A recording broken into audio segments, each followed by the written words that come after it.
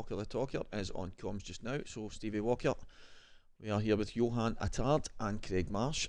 Just before this, guys, I'm going to wish a get well soon to Yvonne Ewing, who we spoke about earlier, one of the tournament directors and SPA top brass. She is an absolute diamond in Scotland, and she has been unwell lately, so get well soon, Yvonne.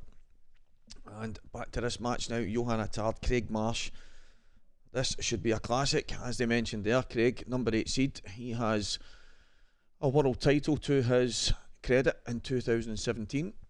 And Johan Attard of Malta, who I'm pretty sure we've seen a lot of when we were over there not so long ago at the European Championships. So this should be a good match. I'm looking forward to this one. The break-off shot, as everybody would have known in the last match, is so important. You heard a lot of talk about it, and a lot of talk about the way some of these matches are swinging back and forth. But right now, we are at the beginning, so let's see how this one phases out. We're going to have, I think we'll have some good stuff here. We all know the way Craig Marsh plays the game. He's very aggressive. He's also very calculated in what he does. He's a top pro. He has been for a long time. Straight away, he's tried to leave himself there. I don't know if he's landed just a touch too straight, but he's tried to leave himself an angle straight away to go into these reds. Try and clear the yellows and get himself a path. And he's spun in. And he's gone in off. The way the cushions, as you heard the guys on the interview there, the cushions are playing so slidey. They're brand new cloth. Everything, I mean every single table, guys, is playing great. I've had some practice sessions, I've had some matches on a lot of the tables, and they are all playing fantastically well. But as everybody always alludes to, that the match table always seems to play a little bit different. So unfortunately for Craig there, he's caught with too much spin on the white ball. It's caught the knuckle and followed through. So Johan is at the table now. One free shot, one visit. Formerly known as 2 shots to most of the local players that play the game. I think I actually use that term myself quite a lot. But Johan just trying to open up the edge. I don't think he's on the one closest to the cushion. He's looking at it close, but I don't think he is, so he's going to play the outside one first. Nice shot. He can just drop on the one down the cushion to the bottom left hand corner, which will give him access to the one to the right hand corner. I think his pattern is quite... Oh, he's going the opposite way here. He's going the opposite way. He's going to have to get back up the table. So he's going to want to land low on the red at the bottom. The one directly below the black spot, well, just to the left hand side of it, but he's going to have to get low on that. I don't think it passes into the bottom left hand corner, which I can see from the above shot it doesn't.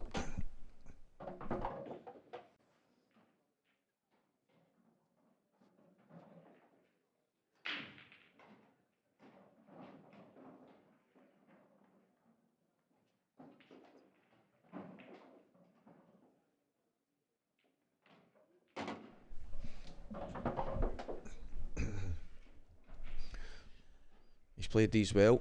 I wasn't sure how he was going to go from one side to the other, but he's left the one into the middle perfectly for going up the table for the top red, so this will be a good finish. Craig Marsh had a chance. Mark is back with us here. Craig Marsh had a chance, and he tried to kick out a cluster on the left hand side of the table, and in doing so went in off, and has given Johan his first chance at the table, and he's taken them out really well so far, and he's going to go 1-0 up here. Yeah, really good chance now just to trickle this red in, and like you say, take this 8 ball to the top left hand corner. Nicely done, and a great opening start here for Johan Attard. 1-0 ahead he is.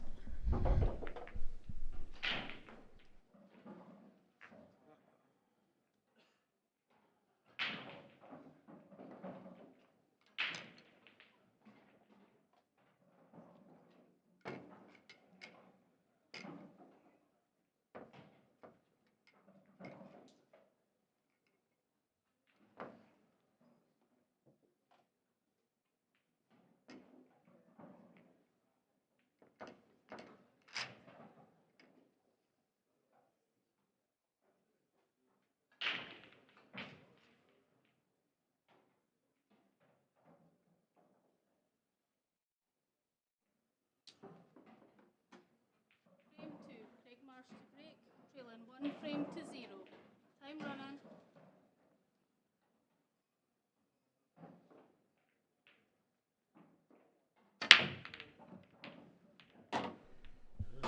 Frame at number 2. That's a huge break from Craig. Very well known for the big breaks, aren't they? These Welsh boys. Yep. He's unfortunate. I mean, I think he's got the plant to the middle, but the 2 yellows at the bottom left-hand corner are awkward. So it's one of the breaks. It actually reminds me of Jason's break in the last match. So he's hit them so well. He seemed to be timing them good. It's just unfortunate that there's a couple of clusters here. Yeah, both colour sets are tricky. Yep. Don't know which one I'd prefer, to be honest. I keep looking at both colour sets and I just don't see a solution. Yep, at first glance, the areas that you need. Exactly. He's well, not a simple solution anyway. He's going reds. And unfortunately, it hasn't gone to plan. And I think that's going to be a total snooker. It's one place on the table that he definitely didn't want to be. Yeah, he's tried to be super aggressive there, but they were both tricky from the start, to be fair. So, and again, nothing easy here for Johan. You feel like can he be aggressive right away? Yes, aggressive straight away. If he stuns this down and clears that corner with that red, you just feel like it would be devastating if he's not on his next yellow, because you know that yellow just looks like a natural plant in the middle. He has been aggressive. Yeah. Still a bit of work to do here, but I like the signs of him being aggressive like that. It definitely sets out a statement, doesn't it? I mean, he's still having a go here.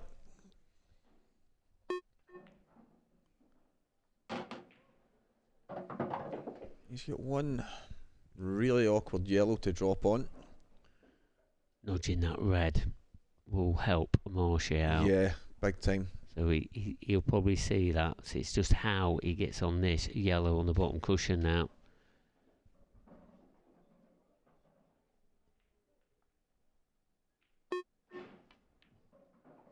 Oh, that's a fantastic shot. Brilliant shot. I mean, I'm looking at that and thinking, can he slide it in and come through the gap? But I'm thinking, surely not. He's played it so well. Yeah, that's an absolute fantastic shot. I tell you what, the first finish he took in frame number 1 was outstanding and absolutely pin perfect. This will be top class. He's played that so well. Tell you what, Marsh is in for a match here. Johan has got off to a great start so far. He's still got to get on this black. Does he just screw out and give himself a shot? Yeah. Keep it simple. He's got the pace of the table so quickly. Great start from Johan.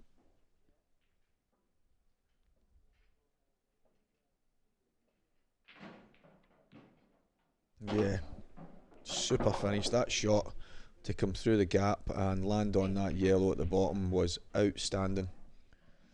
I've mentioned it in the last frame, some world-class shots. I think that's up there, Mark. Yeah, it certainly is, and definitely need to be probably having another look at that at some point. It's definitely a key shot in that frame, wasn't it? Well, Craig Marsh will know now that he is definitely in a tough match. I think at this stage most games are, but that is 2 cracking finishes in a row from Johan Attard. Craig Marsh, how do you hit back?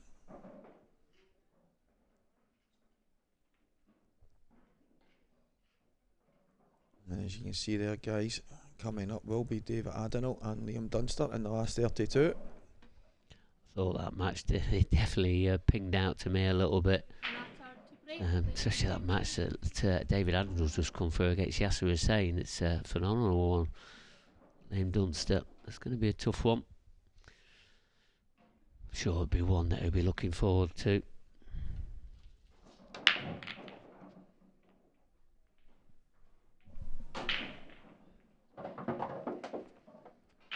It's a decent break off. He's got a ball. Another successful break, really.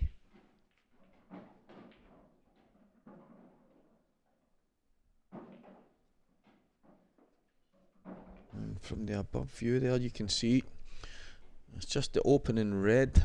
It's tough. The reds look the best of the both, but to be fair, both are okay. It's just the yellow down at the bottom right hand corner. But definitely for me, reds are the balls. He's having to jack up a bit, try and keep the white. Ooh. I think is that popped out, or is it because it was too hard? I think he's. It was one of them. I think he's just missed it, but it did look like on the point of contact there was a bit of a jump, so that was a difficult shot. I think over the course of the day so far, probably most pots I've seen missed are in that bottom right hand corner. Yeah, Cuesports had his majority in there. That is a fact. Not that it cost him in the end, because he won the match quite convincingly. Oh, good chance for Craig Marsh to get himself back. Yeah, a frame on the board is important for him. Table 10, please, referee to table 10.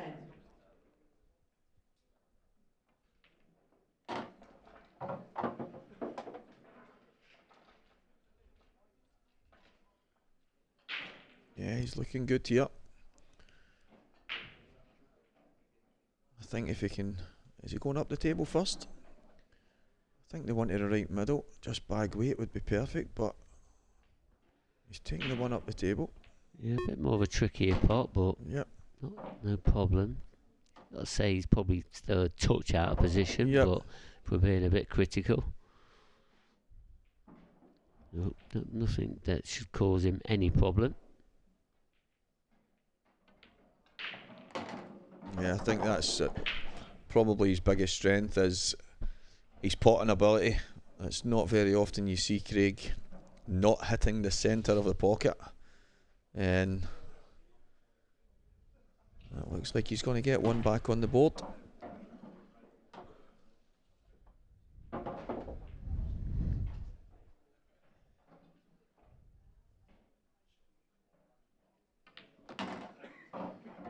And down for the centre. Again, absolutely pinpoint perfection. Yeah, lovely shot. And the black ball knocked into the left centre. And just as Craig knocks in that ball into the left centre, I think we're going to have a bit of a changeover here in comms. I'm going to hand you over to Dan Fairway. And we'll definitely be seeing you all later on. Stephen, thank you so much Not as a well problem. for I joining look me forward on to this being one. back on. Thank you, guys.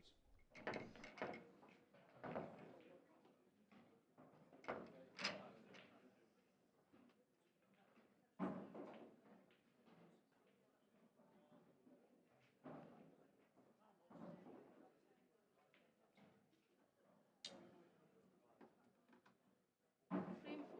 Craig Marsh to break, trailing 2 frames to 1. Time running.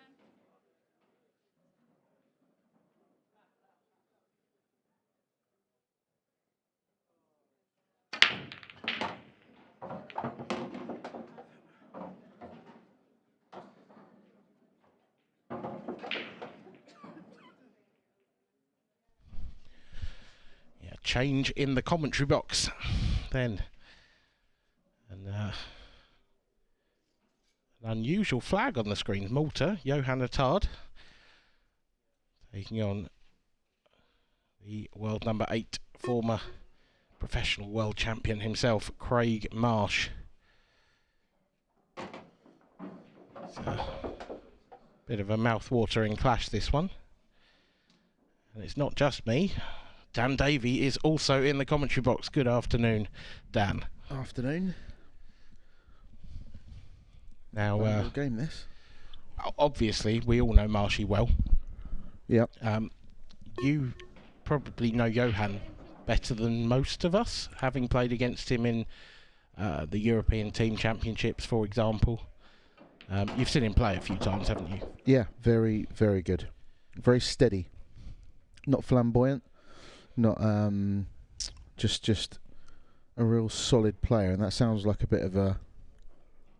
It's nowhere near as much of a compliment as I mean it to be. He is very, very good. Just takes the balls in the right order, kind of thing. Controls the white very well. Very steady. Doesn't sort of bottle anything. Just an all-round very good, very underrated player. Not in Malta. Yeah. They call him the GOAT. Oh, really? The Maltese GOAT. Yeah. Is that a greatest of all time moniker, or is he looks or sounds like a goat? No, nothing to do with the animal. No, it's actually, that's what they call him in Malta. Yeah, the Maltese GOAT. Okay. The Maltese GOAT. So he's the one, is he? He's the one, apparently. Yeah. I can see why. He just isn't. He hasn't got that kind of. That's a great shot, by the way. He's played that. He just hasn't got that kind of flamboyance or, that others have got. But he's just an absolute rock. So I mentioned that sort of European Championships, which was like the team European Championships. You were the team winner. Yeah. From memory, Marshy was the individual winner of that event. He was.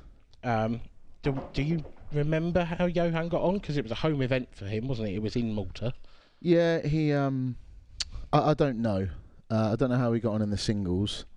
I don't think he got as late as the sort of semis or quarters, but no, I just know from seeing him play like twice now, and just because you get on well with the Maltese guys and whatever, and you chat to them, and they all kind of just say that he's the best, even though from what I've seen he doesn't seem to win as much as the others, but they all seem to say he's the best.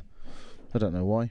Well, I know why, because he's a very, very good player, but obviously I don't know too much about Maltese pool. Yeah, it's not, we don't keep up with the results, do we? But no. Perhaps we should. But from seeing him play, he is really good. And I wouldn't be surprised to...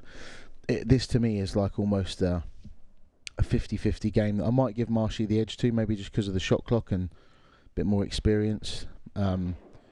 Although saying that, I don't know how much Johan plays on a shot clock back in Malta. I know their setup's really, really good out there. It's a real, it's a hotbed, isn't it? Yeah. There's it's 4 a or 5. country that definitely punches above its weight for its size. And Yeah. 4 or 5 really good players. Like, really good players. 4 or 5 players, Maltese players, that you wouldn't be surprised to see them in the quarterfinals of this tournament. And Johan's one of them. Perhaps we will, because he's certainly holding his own here against the might that is Marshy. It's a pretty decent contact on the break. A bit of an awkward table. I don't know if the yellow above that racking line there will pass to the right centre. If it does, you feel like he'd go yellows, but if it doesn't, I don't think he's actually got a yellow to start with, so he's immediately causing himself a problem to some extent with the yellow that's over the bottom left corner pocket. Well, that was almost perfect there. If it had just held up a little bit, could have had the angle to go into this, because it's not a bad little section to go into, the bottom left corner. He's got quite a few options for it. I know that the red and yellow are quite close together, but you probably have skill shot in mind, wouldn't you? Because on the fresh cloth with the fresh balls, brand new cloth, brand new balls, that's pretty makeable. It's a tricky one. Yeah, not impossible, but You've one of got to those you cue need it to be nice. really... You want to be really close to it to be able to get it. Yeah. Easier on these quicker tables, but... Jim, top table, please. I do feel like he's going to run out of options other than that fairly soon. Well, here it is. So very cleverly worked out.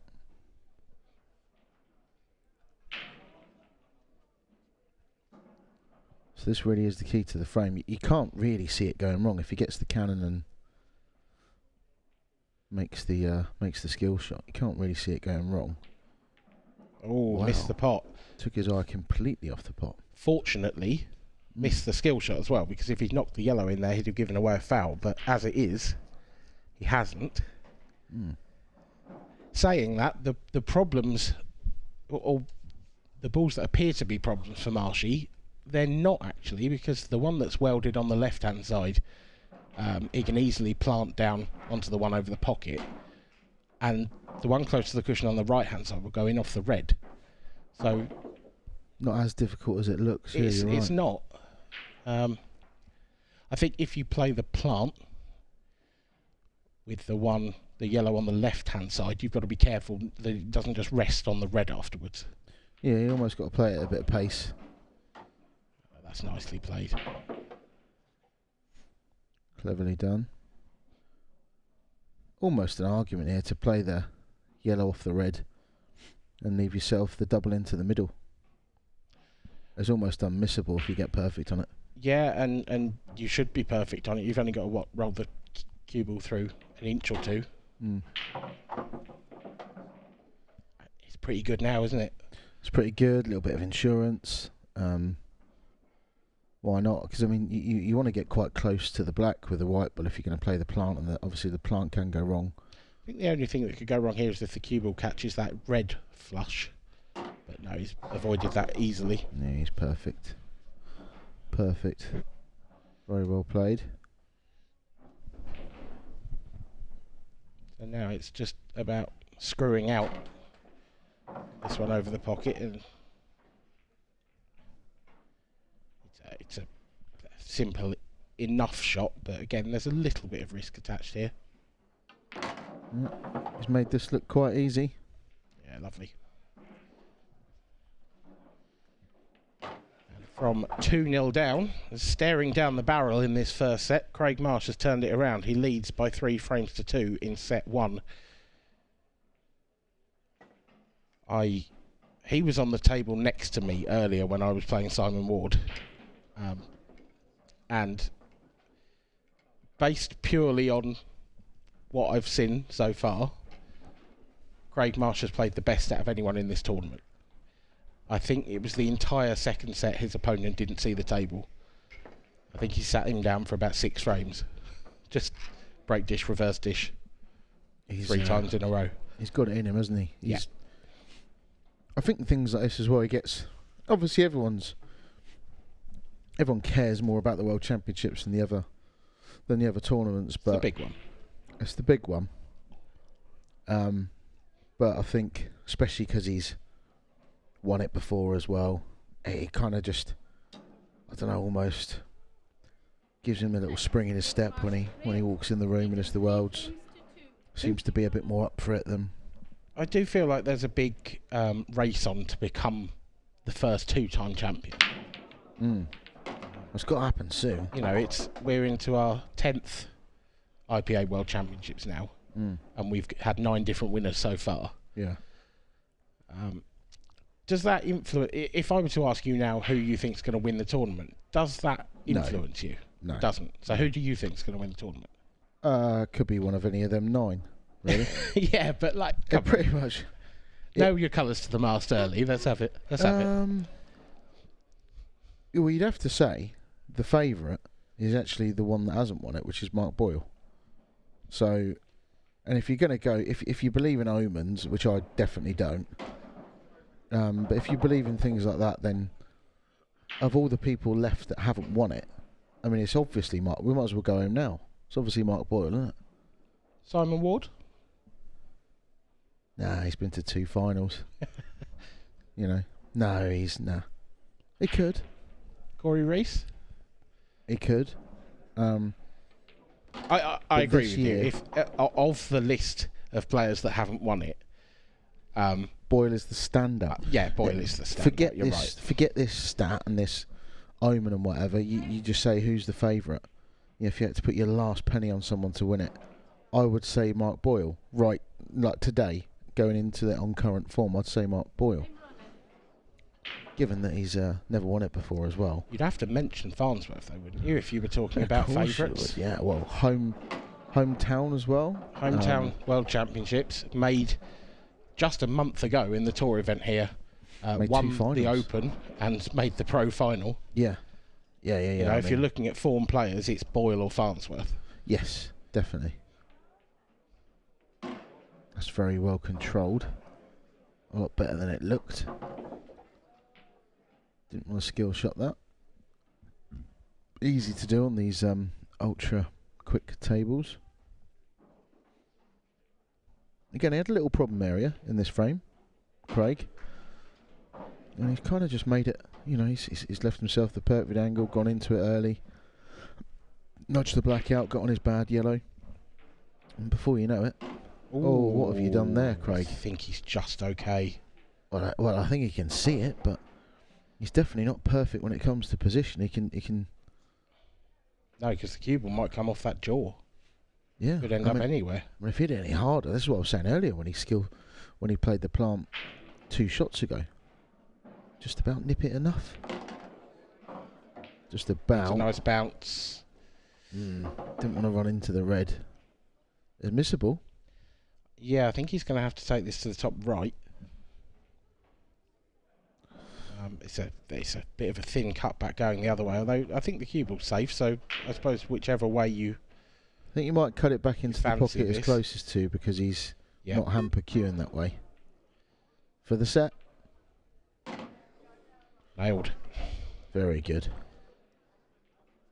Craig Marsh making slightly harder work of that finish than it looked like he was going to, but he finished it off nonetheless.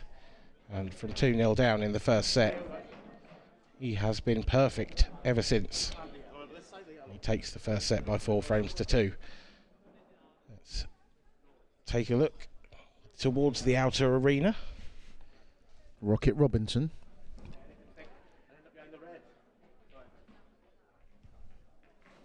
Yeah, Jake Newlove in the far right corner. One of Yeah. the best amateurs in the world. Has been for some time.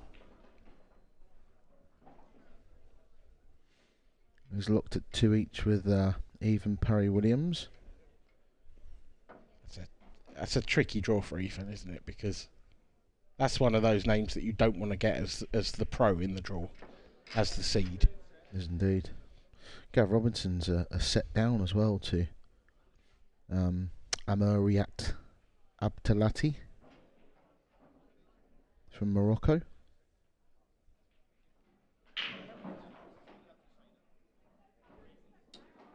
Doesn't look like he's quite got to grips with the table there, Gav. He's So, in the ladies' scratching event, about a bit please, by the on looks of table things. 12, Julie Parrish, Rhiannon Graham. Julie Parrish, Rhiannon Graham to table 12. Dean Shields, the consistent finalist. Jimmy White of That's Paul. mean. The He's, Jimmy White, that is mean. Hey, he's self-proclaimed. That is true, That's what he actually. Yeah, says. that's fair. Yeah. He's 2-0 up, obviously, because it's last 64, so he'll win that. Has he considered changing his nickname to the Bridesmaid, or...? I think he should just ask to split the money in every single final, because he ain't going to win one. In the open event, please, on table Unless it's 2, 9 ball. Mark 5, Rose, Mark 5. Yeah, he's quite good at that, isn't he? Very good. He had a He's very great good. win. He's very good at this. Was it Darren? Yeah, but was it Darren Appleton, wasn't it? He beat in a Dan final. Appleton in the final, yeah. He's only just started playing as well. A Incredible. bit of a snooker background as well. He's just an all-rounder, isn't he, Dean? He's a great player. One of them. Yeah. Anthony Crosdale, 2 each with Greg Davis. Greg's a good player. I think he's Greg's going to be a good pro player, next very year. good player. Um, Scott Anderson 2-1 up against Jesmond Shembry. I think he's from Malta. yeah, that's another of the Maltese contingent. The world champion, Clint Anson's lost the first set against Barry Lynn. Has he? Yes. Well then. Mark Boyle going on against Michael Rhodes. You can see there on table 2. That's a hell of a match, by the way. You know, I feel like Clint hasn't been talked about enough as a contender for this, actually. He just slips under the radar, doesn't he? Yeah, all he the has a time? bit. But I mean, he is current world champion. He did win a tour in his world championship year as well, Yeah. which no one's done since Gareth Hibbert back in 16. He beat me in the final. Brighton one. Selfish. Yeah. Greedy. So, big break from Marsh. Almost went off in the corner, but just about got away with it. Tricky plant first up, but yeah, lovely shot. Lovely shot, just wanted an angle. And he hasn't got it. One thing you will see with Craig as well is he doesn't like to... You might see some people that cover the pocket here, take control and kind of say to Johan, if you're going to clear it from here, then fair play to you, sort of thing. And I just don't think Craig's got it in him. He probably should. Must be tempting though, because like, what else does he have? I don't know. Does the yellow above the black go long? Like, if he could drop this in, I think you can see a way out if it does, but it's tricky. I don't think if he has, it's maybe if it goes dead weight and you just catch the near knuckle first, maybe it just drops. But I think he's doing it, you know. No, he's not. He ain't got it in him. Not for me, playing safe, well. So I think stun top left corner, leave yourself an angle, punch up into this area, but top right off of the yellow into the top right. Playing the double. He's playing the double. Oh, can he hold the cue ball though? It's a great effort. Oh, it is. Great effort. Ultra attacking. Ultra. I think it was the right. So, okay, personally, I think the right shot was probably covering the pocket a shot ago. Yeah. But from where he ended up, I think that was the right shot. I think he had to get rid of that yellow at that point. Yeah, well, I think that was his plan from what he did by not covering the pocket. That was obviously his plan, but I think maybe he wasn't quite on the double as he wanted to be.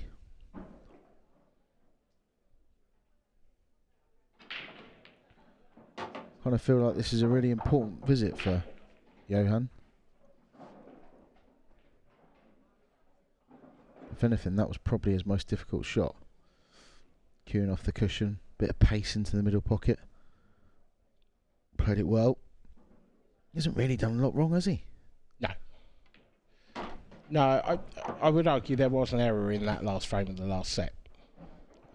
And in this format, actually, that's the difference between 4-2 and 3-all. So... Yeah, tough school. You kind of just have to play no miss pool at this point, though, don't you, with this format? For at least 3 sets. Yeah, I mean, you can, because of the format, you can lose a set without doing anything wrong in that set. In terms of, you might hit a couple of good breaks and be dry on 1 or 2 of them. It's easily done.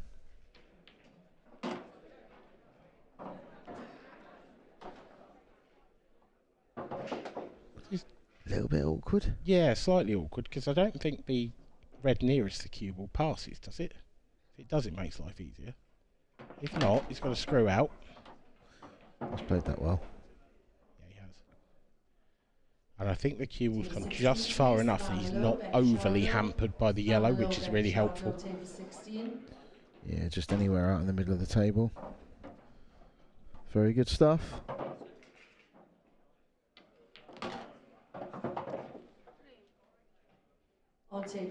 Now, I've just noticed down in the very top left corner of the screen, Dean Shields is about 6 feet from me, because he's up there in the top left and we are just through those double doors. Hope he can't hear us. If he can, what's he going to do?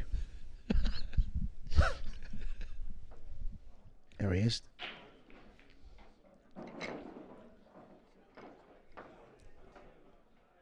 Patting his leg, applauding his opponents. Probably frame that he's just won. I think he's just put the score up there. Must feel like a final for him.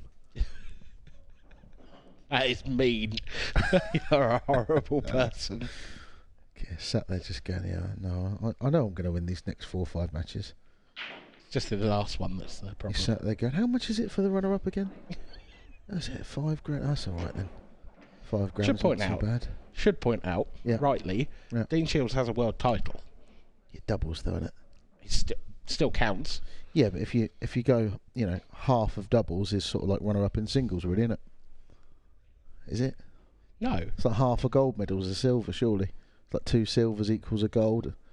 I don't know. I'm trying to dig You it are out. clutching. Yeah. Yeah, I'm Steve trying to- Redgrave won 5 gold medals, but they were with 8 other people. So has he only got like He's got 3/5 of a gold model. Yeah, it's 625? a team event, isn't it? 1 frame to 0. It's like saying, you're in a choir, but you're a great singer. You don't know, do you? Because it's all just masked over by 100 other people. It's cheating. Back to the pool. Back to the pool. Lovely cut break. Nothing in, is there? Yes, there is. Last ball One rolling. solitary red makes its way towards the top left corner pocket. And it deserved a ball this break. Hit him nicely. Plays it with a bit of side, the cut break. So breaking from the right, plays it with a bit of left to almost go into the side cushion and drag it back into the pack. See a little bit of that with Liam Dunster. Does exactly that.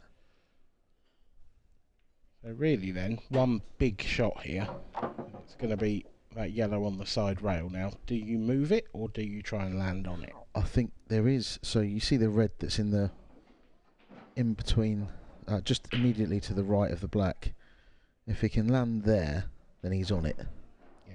Basically, you want to be right next to that. Wouldn't be the worst last ball ever either. No, not at all. Probably not the sort of ball you want to break out. Even if you came to the bottom of the table and broke into it off of the bottom of the 2 yellows, it's quite likely it's going to get tied up, or it's all about just landing on it.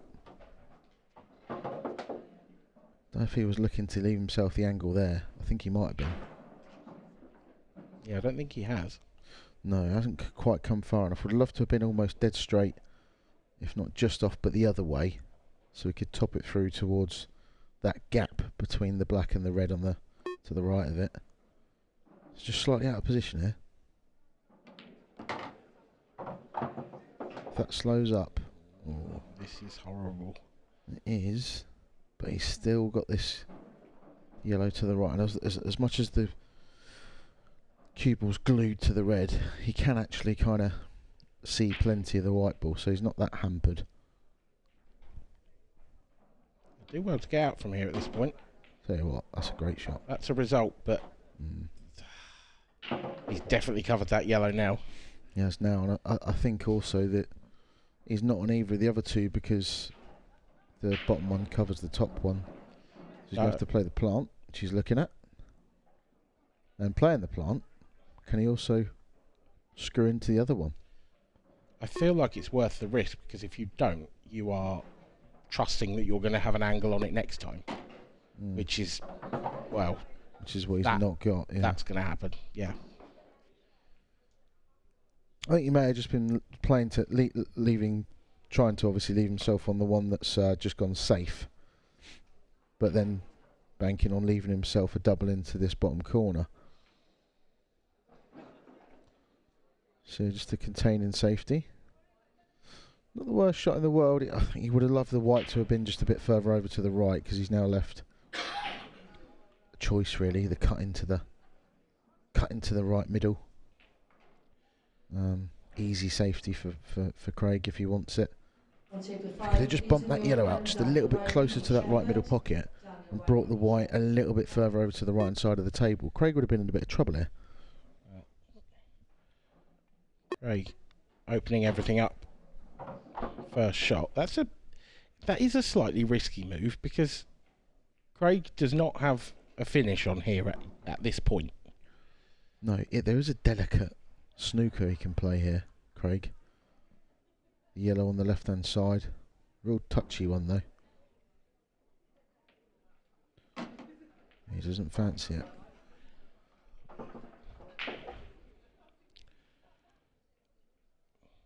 Barry Lynn, as you mentioned, Dan, has taken the first set against Clint Jansen, the world champion.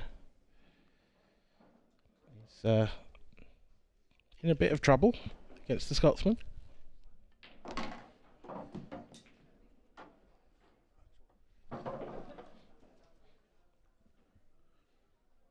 Yeah, I think you'd still make Clint favourite for the match. Very experienced. Hasn't been in the best form of late, though, has to be said. Well, here's a huge shot for Craig Marsh. playing the cut double. No guarantee that other red comes out nice from this either. No, I think it probably will, but like you say, no guarantee. And it hasn't. So he needs another double. It's not too bad on it. You have to play it at a bit of pace to straighten it up a little bit, but also to bring the cue ball back down the table, because that cue ball's got to travel up and down. you don't want to go beyond the yellow. Wow. And he's got into it too much. Does that yellow pass the other one? I think it does. I think that is a frame over, to be honest. He's straight down, so it must do. No? Oh, no. Okay. No, it didn't. But Johan, like I Played that said, really well. just very clever player. Not just that he can break and clear with the best of them, and he's very attacking naturally, but he does rein it in now and again, and he does have that safety side of his game that some players don't have.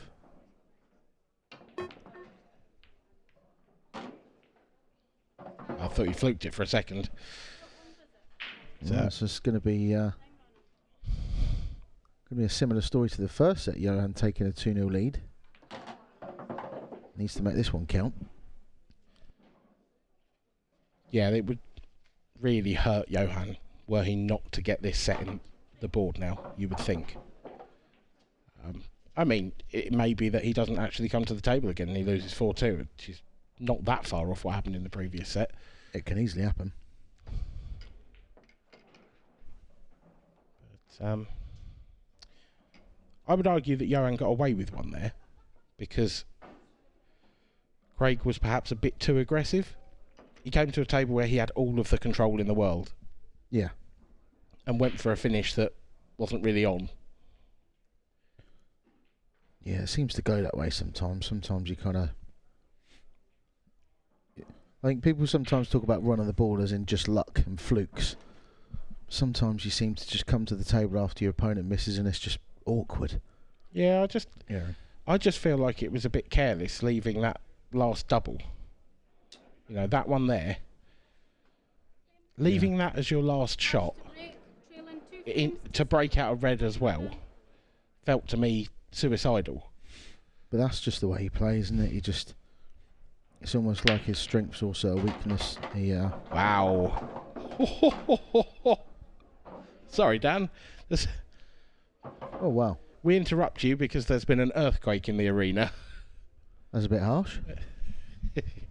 That's an astonishing break. That's mental.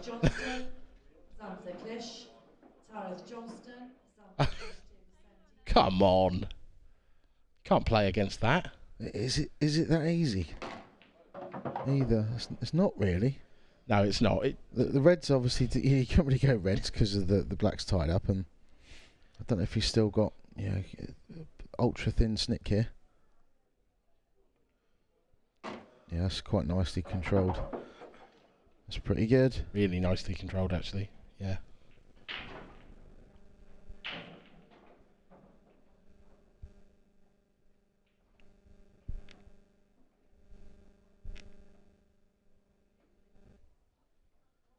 It's an unreal split, that.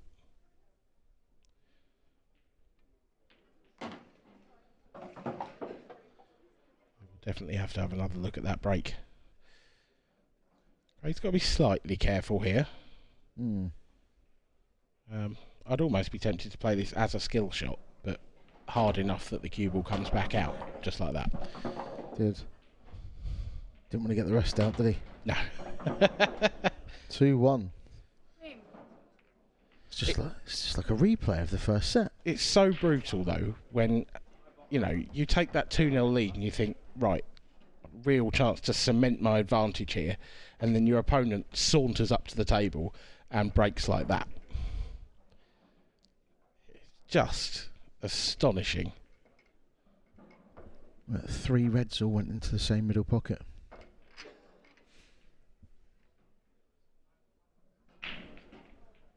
Clinton Hansen's now 1 each. He's took the second set. That was quick. Has Barry Lynn awoken the beast? Yeah, he's made him angry. I wouldn't want to see Clint angry. Quite wiry, but I wouldn't fancy like going up against him. He knows his boxing, I'm told. Johan Attard to Does. break, leading 2 frames to 1. Picked him up on the way here, and we had about 3 hours in the car together, and I'm sure for about 2 of them we were talking about boxing. Probably spoke about anything but pool, to be honest.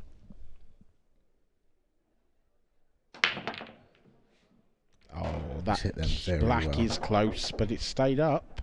Yeah, that's pretty good. So if he wants reds, his first red is difficult. He's got to be reds for me. Has he got the long plant? The long plant isn't that difficult if he can get through to it. I don't know if he can get through to it though. You can't really be yellows, can you, here? Well, he's only really got one bad yellow, hasn't he? Oh, shot. That's very inventive and I really like it. Very clever.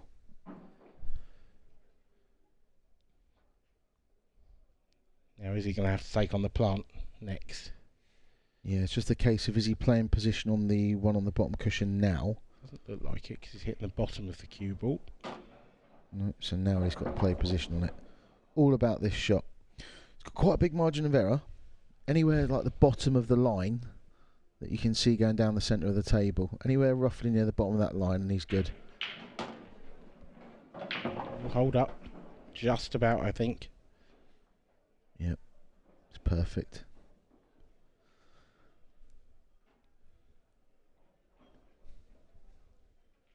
So, correct me if I'm wrong, but if he gets these, pretty sure we're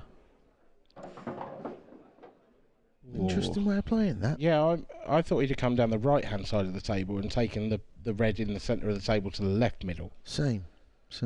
But yeah, I think if he gets these, we're then looking at, what was it? Is it four first visit finishes in this set? Basically perfect pull. Again, this is missable. This is a blind pocket. But the black's hanging. Yeah, you haven't got to worry about that. Just so everything on the pot here. Everything on the pot. 3-1. Nailed it. Lovely pot. There we are. It's a really terrific response after that simple break dish from Craig Marsh in the previous frame. Yeah. And Johan Attard moves one away in the second set. It's 3-1. He's not crumbling, is he? He's not, no. He's not he's not intimidated by Craig. If anything, he looks like he's really enjoying it out there. Craig looks really focused.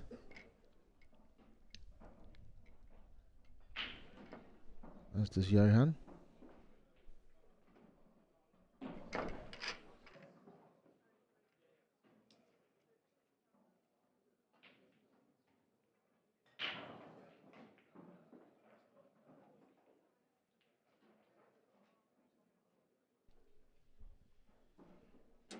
Yeah, it's Frame 5. Craig Marsh to break, trailing 3 frames to 1.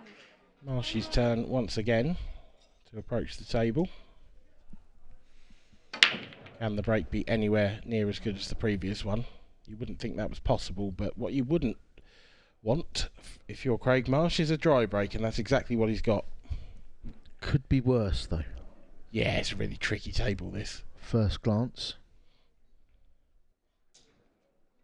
In Craig's mind, he'd have been thinking, right, I'm 3-1 down, but I've got 2 breaks.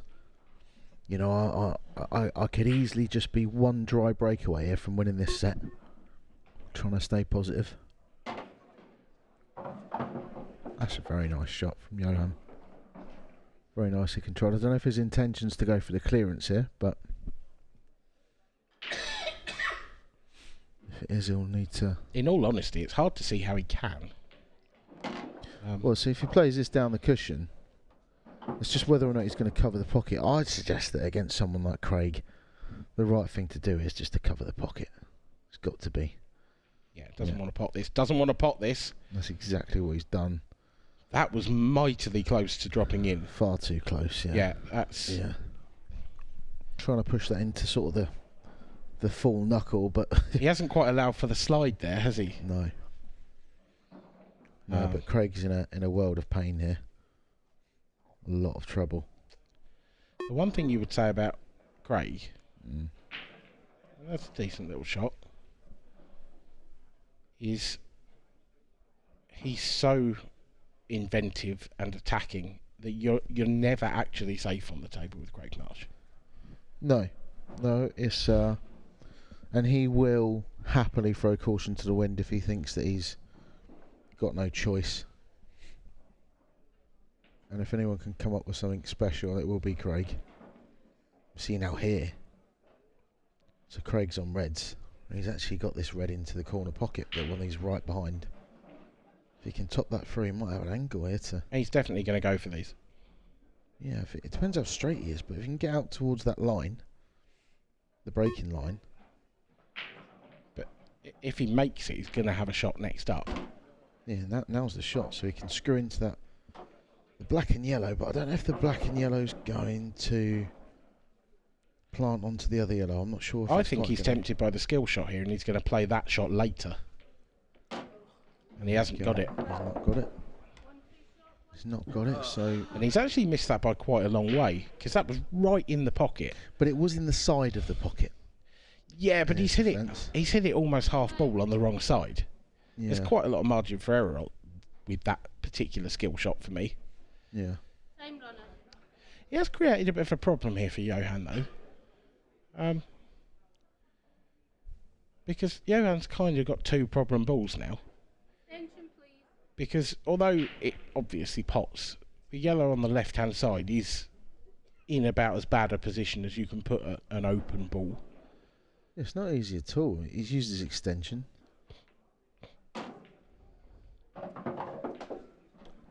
Oh, I like that. That's clever. I like that a lot. So he's got now to top this through and get over to that most awkward yellow on the left-hand side. That's got to be his next ball. And he has... he's come off the jaw. It's okay. It's not as he wanted it, this. He would love to be taking... That one he's pointing his cue at now, because then the pattern is really easy down the bottom of the table. He's now got to play a difficult shot again.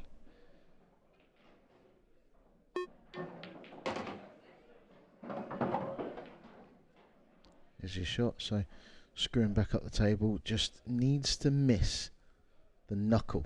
Yeah. On the way back, and this one looks like he could go dangerously close. If he just flicks that knuckle, he's in trouble. Needs to get that instant grip. And he's got it, but he hasn't got the pot, has he? Just. Oh, wow. Just. If he hits that soft, it drops easy, but he's played it at a bit pace. Because if he hit... The thing is, if he hit it soft, he probably does screw back into the knuckle. Yep. Oh, and he's missed the next one. What have you done there, Johan? Oh, Johan. I can't believe that. No, I mean, all of the hard work had been done. It's just it was a lapse of concentration. He's just taken his. And of course, he left the perfect angle for Craig just to screw into that red and bring it out into the open. Because when you play a bad shot, everything goes wrong for you. It's weird now that part of me feels like Craig's going to win this set. I get it. And he's not even 3-2 down yet. He's still 3-1 down. But when things like that happen, one dry break from Johan, that might be his last shot in this set. What it does to you psychologically when you do that. Well. Such a huge miss. And in these short sets, yeah, you're right. It's still 3-1. It will be 3-2, you would think. But yeah, does Marshy now go favourite for the set? I mean, no, but you kind of just feel like he is, don't you? Well, okay, no. But a lot of that no is dependent on the next shot. Yeah, if he goes dry. Yeah. And Johan knows it as well. Tell you what, that was taking liberties, that one. That was a Tiger Woods moment, that.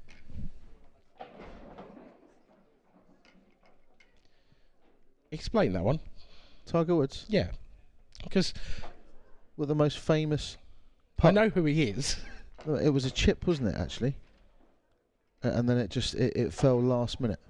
Okay. It hung right. on the lip for ages. I'm with you. Okay. Yeah. Fine. If you know what golf is, you know what I mean. Well, yeah, but Tiger Woods is like you could pick 100 Tiger Woods moments. None of them in that context, granted. No, I know what you mean. And Attard to break. I mean, some of them we can't even discuss on air.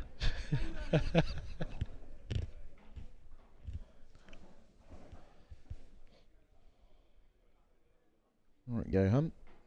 This is massive.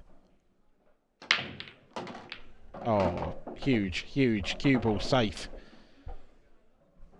Reds are Easy. yeah, they're glorious actually, Yeah. because you look at the one nearest the black spot and you think, oh, it's a bit awkward, but actually it flies into the bottom left. These are as good as you could wish. They're not gimmies. There's no such thing to win a set in the World Championships, but he's got to play a positional shot to get from the red in the middle over towards this one on the sort of bottom left hand of the screen, if you like. Key shot is the next shot after this one. Yeah, just needs to punch across, just a foot and a half. He's got quite a big margin of error. This is the shot. Can't go too far with this one. He wants the white to be on an imaginary line from where it is now to the red on the right hand side of the table. It needs to be on that line. Can't go too far. Can't go too far. Is that perfect? It's a little too far, but maybe enough that he can hold it. His facial expression, he doesn't like it. He can drag this, but he's going to have a bit of a cut. He's played it off the yellow. But now does he flick that yellow on the way back up? No, I think he's alright. I think he's good. Yeah, he's played that well. Clever shot. He is not here to make up the numbers. Johan? Oh! He almost done it again. That was close. That was very close. But he's going to take the set. Johan Attard, and he does. 4-2 in the first set. The Maltese lost, and 4-2 in the second set. The Maltese wins. So we're 1-1. It's a level game again.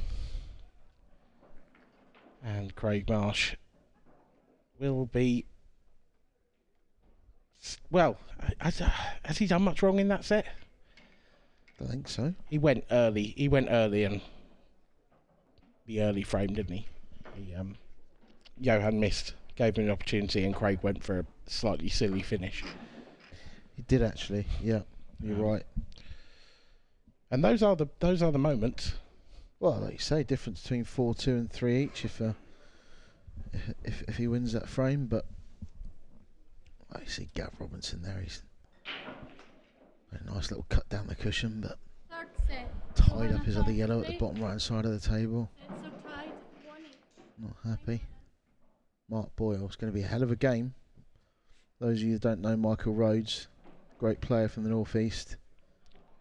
I think he's a former national amateur snooker champion. Michael Rhodes. Yeah. Also a former IPA World Championship semi-finalist. Right. Okay. Great player. He, I think it was the year that Farnsworth won it. I think he lost to Tom Cousins in the semi. I may be wrong, but he had an unbelievable run that year.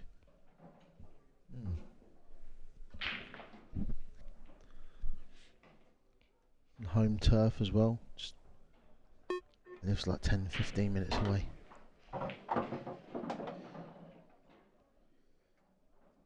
Not going to play safe, is he, Craig? You wouldn't think so, but He was going to, and then he thought, no, I can't. I'm not allowed to. You see, it's just... like when you play your mates in the pub. And you go to snooker and you go, no, I shouldn't. Yeah. I feel bad. Yeah. He's just got to push it towards that corner. Doesn't want it in. Perfect. Perfect. Sometimes you've got to do it.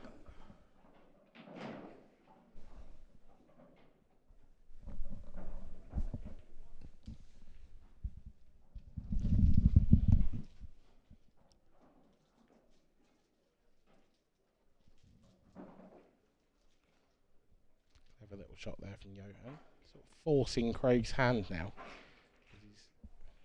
Craig can see the yellow he's right next to, but he can also see the one over the pocket, and he can get to the bottom of the cue ball. If I'm Craig here, I'm tempted to pod it and screw into it. Yeah, this is a bit awkward. It's a clever shot from Johan. Like you say, forcing his hand, saying, well... But if the yellow comes out, and it's sort of heading towards the black, it's hard to see it going horribly, horribly wrong. Oh, he's missed it, though. Yeah, he's forced the error. You probably have to say now the frame goes maybe just in Johan's favour. It's at least 50-50. Yeah, I think I make... 30 seconds ago, Craig was a big favourite for this frame. This is what you get with Johan. He's just a clever, wily old sort of fox. He's the GOAT. He's the Maltese goat. Now it is anyone's game.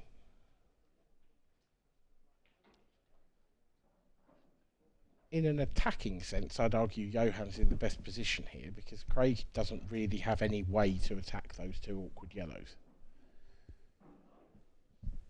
There's nothing in the vicinity. Be happy with that. Left the plant.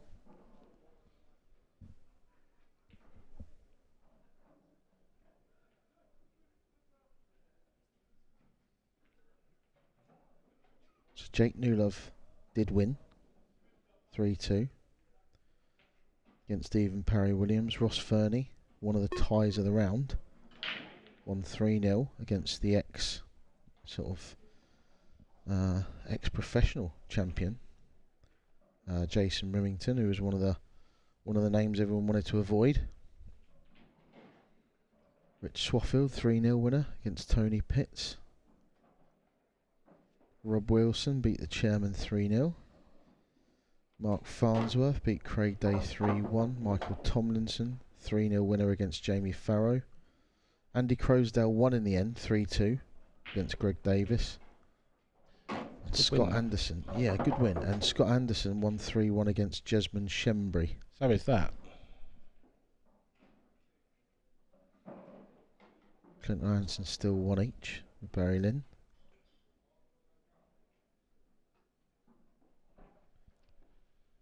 Gav Robinson's a set down still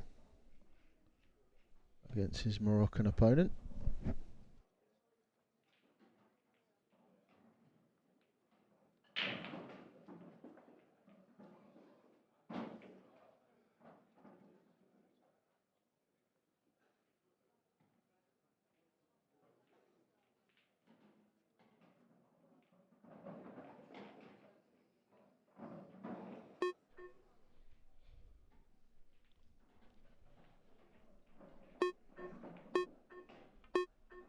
Mark Boyle doing the early running against Michael Rhodes. He leads by 3 frames to 0 in the first set. This frame here just sort of developed into a bit of a stalemate between Craig and Johan.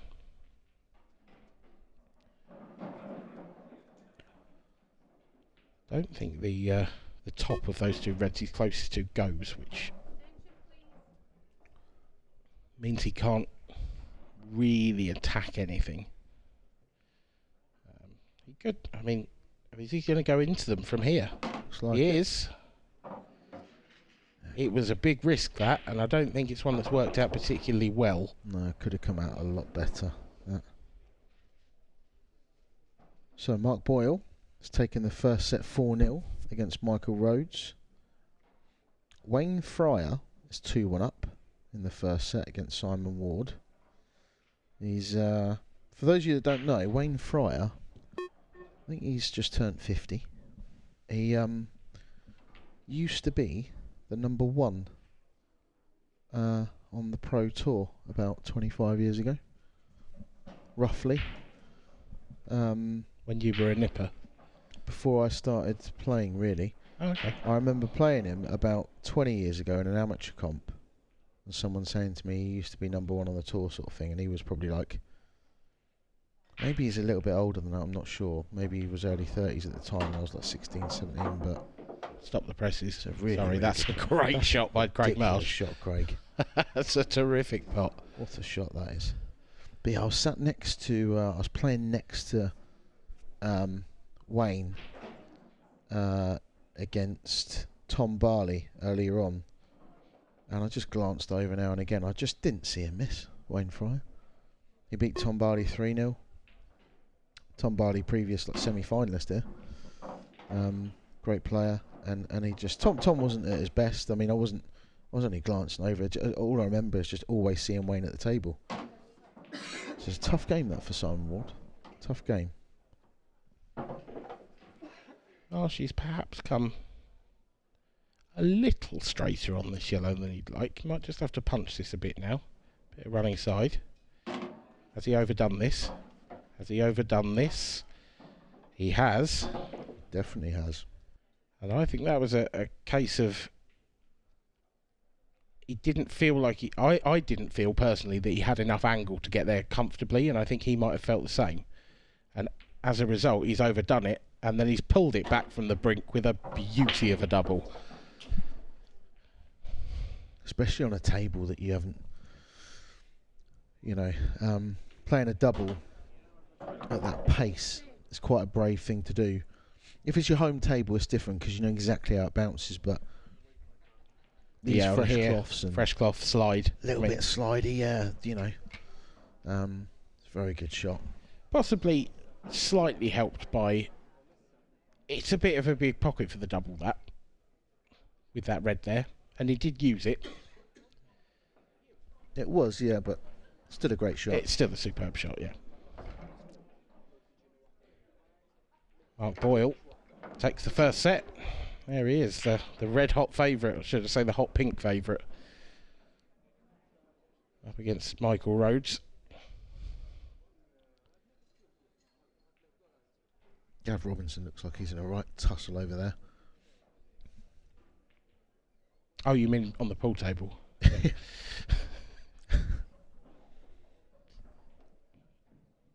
got such a swagger about him when he walks, Gav. You'd think he was the toughest guy in the room. Yeah, yeah. Looks like a bouncer, the way he walks.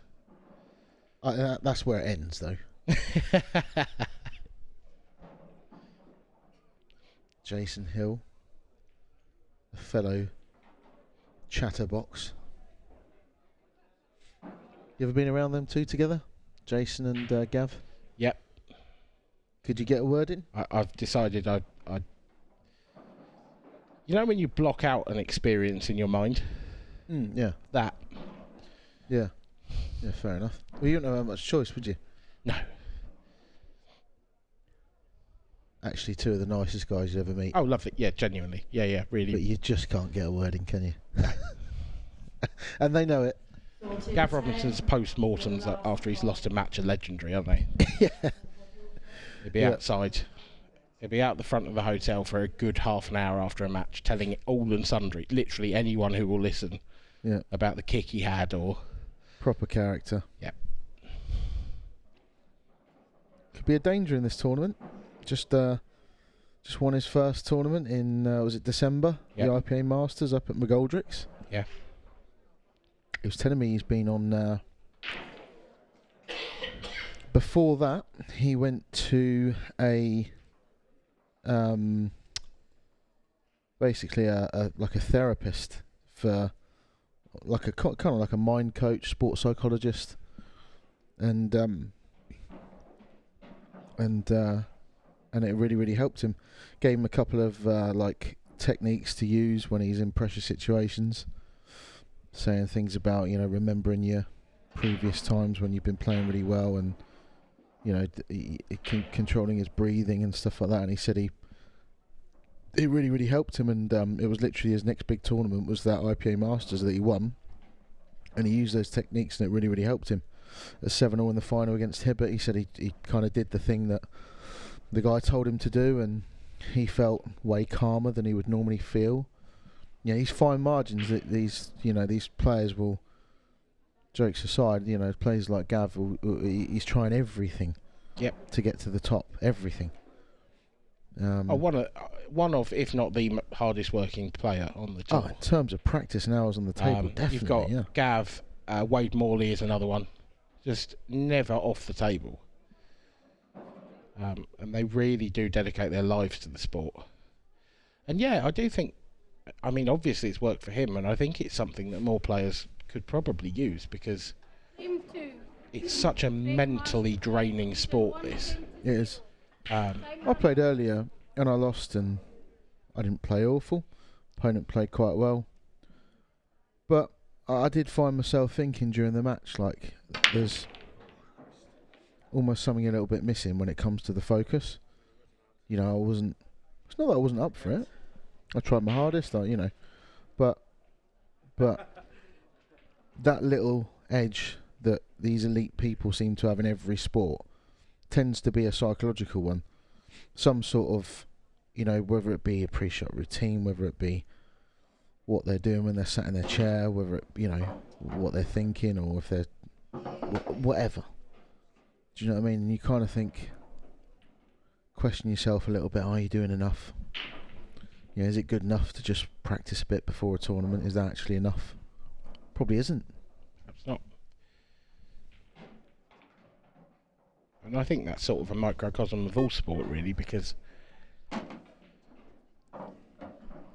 I think all sports have become more professionalised in recent times, and I don't think this is an exception. I think the longer we go on, the more players like that you will find, like Gav, who will put the hours in and go to a psychologist and go to a therapist and go to this person and that person, even down to like dietitians and stuff. Anything. It's the little 1% that make all the difference. Yeah. That little lapse of concentration, as ridiculous as it might sound, that you might find a player starts to concentrate better because they eat and drink a certain thing 1 hour before each match. Anything. Yeah. Anything. If you look at other sports, they all do it. So you kind of got to say, well, why don't we? Or why don't enough of us do it? Yeah. Why are we not having a certain amount of water an hour before a game, half an hour before a game? Why are we not? Do you know what I mean? There could be any number of things that perhaps more of the players do it than we realise. I think there's quite a few that do. I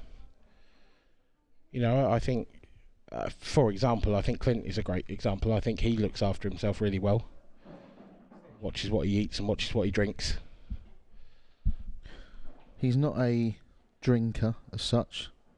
No. Like in between, when he's playing on the Saturday, you won't see him drinking on the Friday. Getting the drunk on the Friday. Doesn't smoke or anything like that. And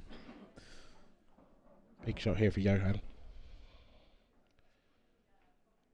You see someone like Liam Dunster's definitely he has a pre-shot routine. We see that more than anybody else. I'd be amazed if he doesn't do some sort of thing, some sort of I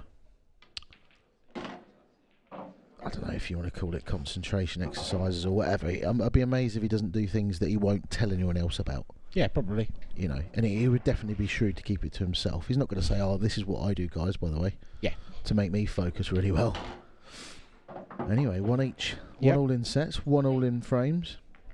Dry it's break a great there. match. This. Yeah, it is. Dry break match. There from Craig, and duly punished. He didn't catch that break that well. Craig Marsh caught the front ball, almost half ball to be honest.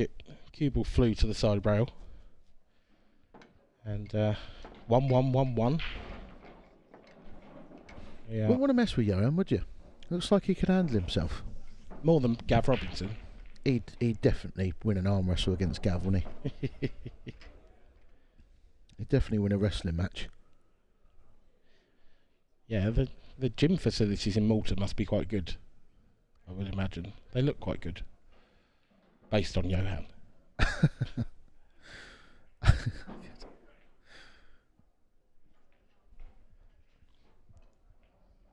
Be a lot of people back home in Malta watching this. A lot. very, very popular sport. When we played the international stuff out there, we played in an arena with Frame 3. the Johan Attard to break. final was England against Malta, and there must have been, it was full, about 400 I watched that. Maltese. Incredible atmosphere. They love pool out there. Absolutely love it. Yeah, I was quite jealous. It looked like an awesome place to be at the time. Yeah, it was brilliant. 8 balls in. We'll carry on talking about it.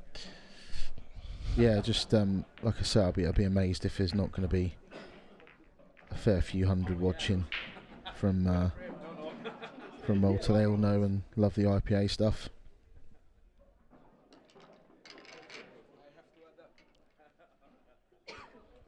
Something's tickled Marshy.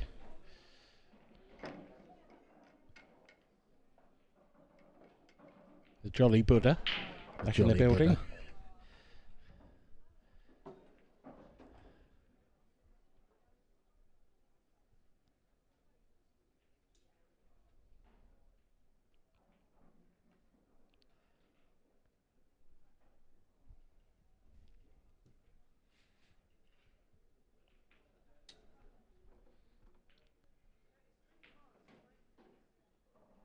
Johan Attard to break.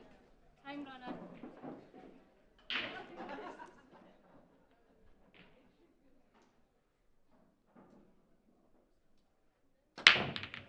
Oh, And where's the white? again, this time it's the cue ball that finds gravity. Yeah, and Time runner. I think yellows will be the colour, but with his free shot, I mean, I'd still fancy him getting reds, to be honest. Might even go reds. Might play the yellow onto the red, push it down the cushion. I think that's the shot for me because the most awkward Yeah, just putting the yellow ball there. on the table is a yellow, but yeah, it's not. It's got perfect ball to land on it. there's so many different ways you could go about this. Yeah.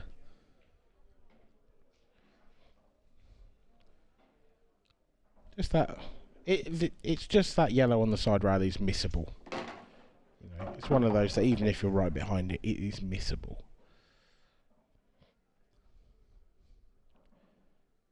Yeah, and it's just whether he's going to get on that last. Whether he's going to try and get on it earlier. I don't think he's got. I'll probably see him take the two in the middle, one after the other. I think for me it's the last ball now. Yeah, I think it has to be now. I think if he'd had a slightly better angle 2 shots ago, he'd have played on it. Yeah. He'd have played on it then. To reroute. He's gone a bit far there, has he? He's played that. Why has he played that with right hand side? Well, to swing it up table, he's put too much right hand side or too much pace. I just didn't think it was necessary. I just thought it was just roll it in. Lapse of concentration. Yeah. That wasn't a twitch. It wasn't a bad bit of cueing. He rushed it a little bit. So now, I mean, I think he's got a stun on and off the bottom cushion here. Look how much side he's put on that. I don't get it. The natural angle there was surely okay. That Yeah, that's has not come far enough. Again, he's put too much on it. Yeah, he's not. Killed the cue ball. He couldn't play a plain ball because he's going towards the corner pocket. So he's tried to sort of stun and control it with a bit of side, but it's gone wrong. Oh, this is tricky now. Left himself a cut. This is tricky now. Good news is though, he just has to worry about the pot. You know, if he gets the pot, he's going to be on the black one way or another. As long as he doesn't land touching it. You play this pocket weight. They do play quite generous. He's played that well. Oh, no. As long as he doesn't land on it. Oh, referee. I think he's just okay. Just about all right because it's a thin cut as well, so he's not going to be a push shot. Yeah. Oh, that is thin. Wow.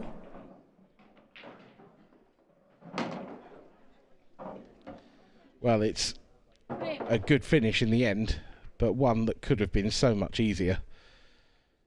Craig Marsh, as you said, a little bit of concentration.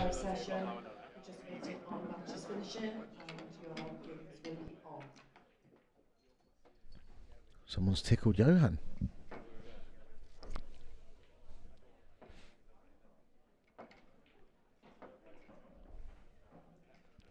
still hard to see how this match goes, to be honest. Both of them seem to have a mistake in them. Both of them also seem to have brilliance in them. Yeah, they're both playing well. Both playing very well. But like you say, not perfect pull. I think they're both playing like a 7 or an 8 out of 10. You see the tension building out there. I think they both know how important a set this is. Really important set. Marsh to break, leading 2 frames to 1. Time running.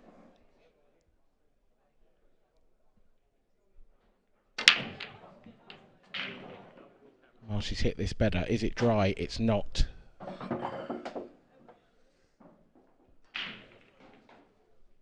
Huge cluster at the top of the table. Yeah, it's going to take a bit of studying that. I think red's are the slight favourite. I think they all actually go. And if he can play the one nearest the pocket now, if he can run into the one in the middle of the top cushion, that would be great. Oh, didn't want that sort of reaction. Got too much into it. Didn't want that, but I think the plant's a little bit easier than it maybe looks. Queuing off the cushion though, it's a bit nasty. Do you just play a plant and get the pocket? So now the other red's tied up as well. If you play the plant and you get it, then you've got to really push through it. So yeah, I think he's just played to cover there. He'll settle for that. Plays that really nicely. Yeah, not an impossible situation for Johan. He's effectively maybe only got to play one cannon and get a bit lucky. Yep. But he's in a difficult spot.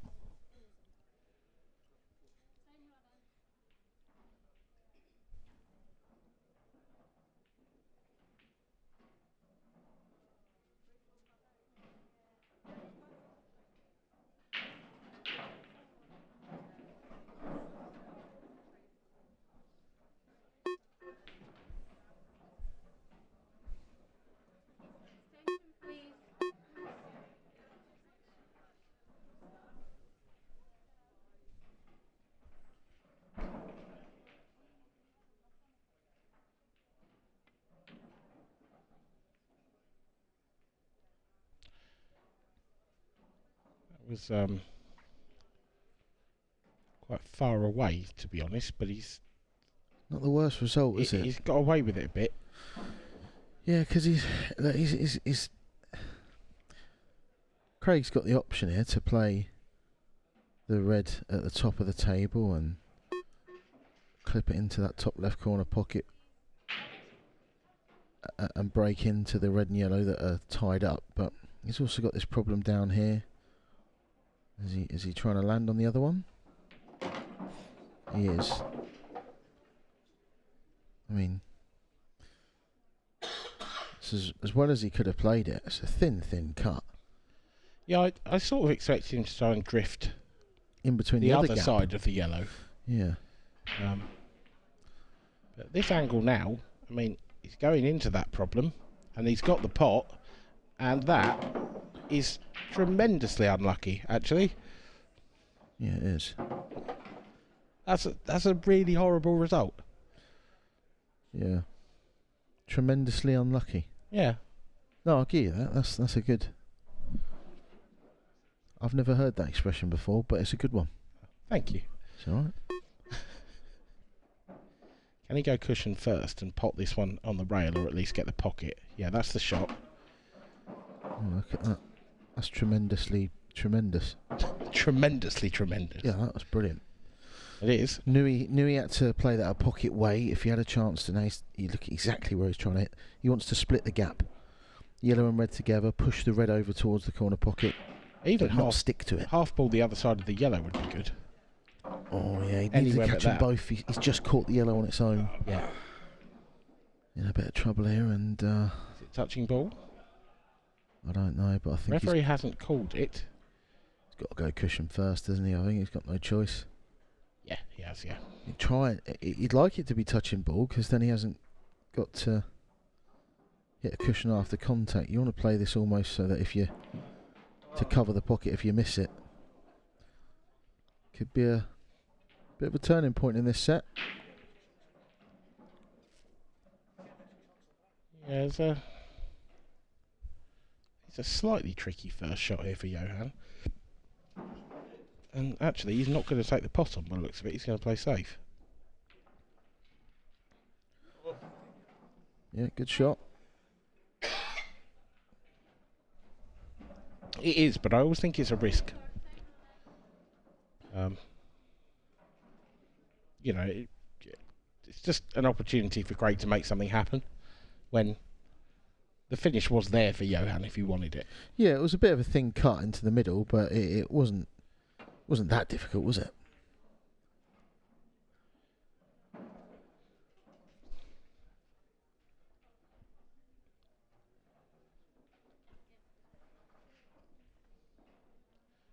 Well, it's no safer this time. And yeah, I feel like Johan's lining up another safety. I just think he's trying to absolutely guarantee the frame here. Yeah, tension's kicked in a bit here. They both know how important this frame is. Yeah, I don't like this. 1-1 in sets. It's a good shot. It's a really good shot. I mean, even if he pots the red now, the black doesn't go anywhere. Yeah, and the chances of him potting that red are slim to none, but... He's going to give it a wallop.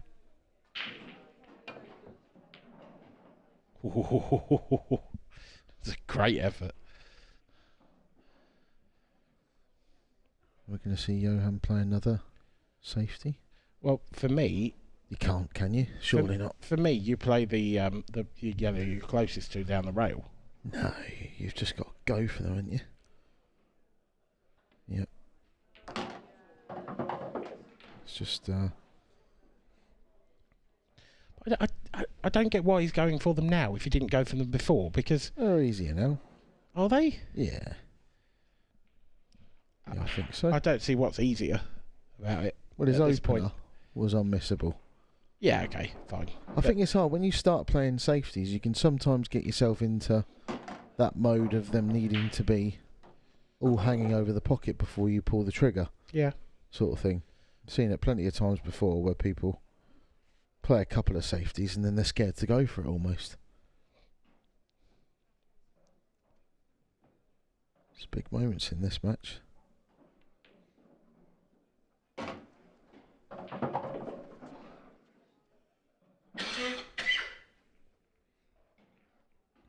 Wants to land as close to this side cushion as possible. It's a bit far out.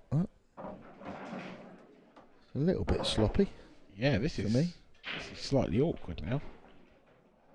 Yeah, I mean, he can't really get perfectly straight on this. He's almost just got to drop this in and then use the bottom cushion.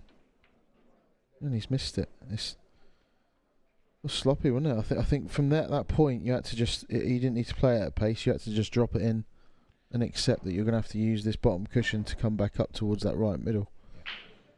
I mean, he's still favourite in this frame because Marsh has got... Well, I think this is one of those that you play with tons of running side, isn't it? And well, I mean, this'll really hurt. gone treble. Oh my God! What a shot! Well, for his next trick, The cocked hat.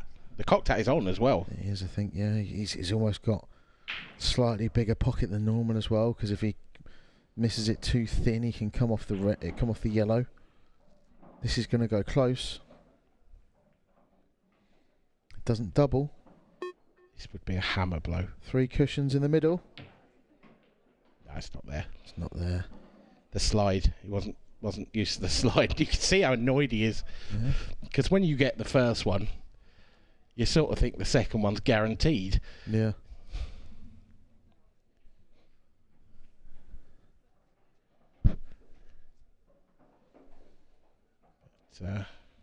Johan just needs to take a bit of care with this positional shot. There's some work to do for the cue ball here.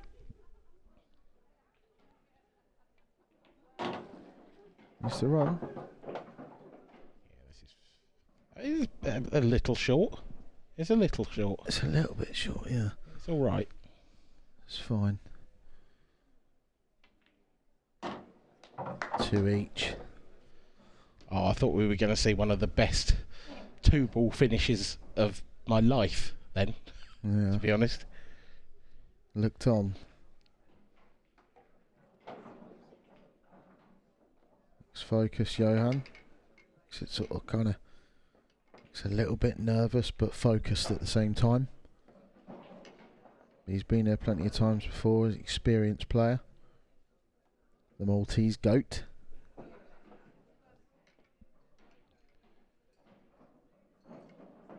All square again.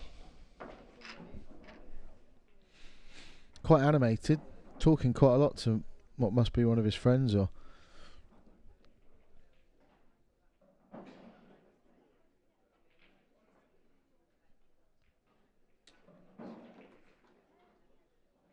Frame 5. Johan Attard to break. Frames are tied at 2 each. Time running.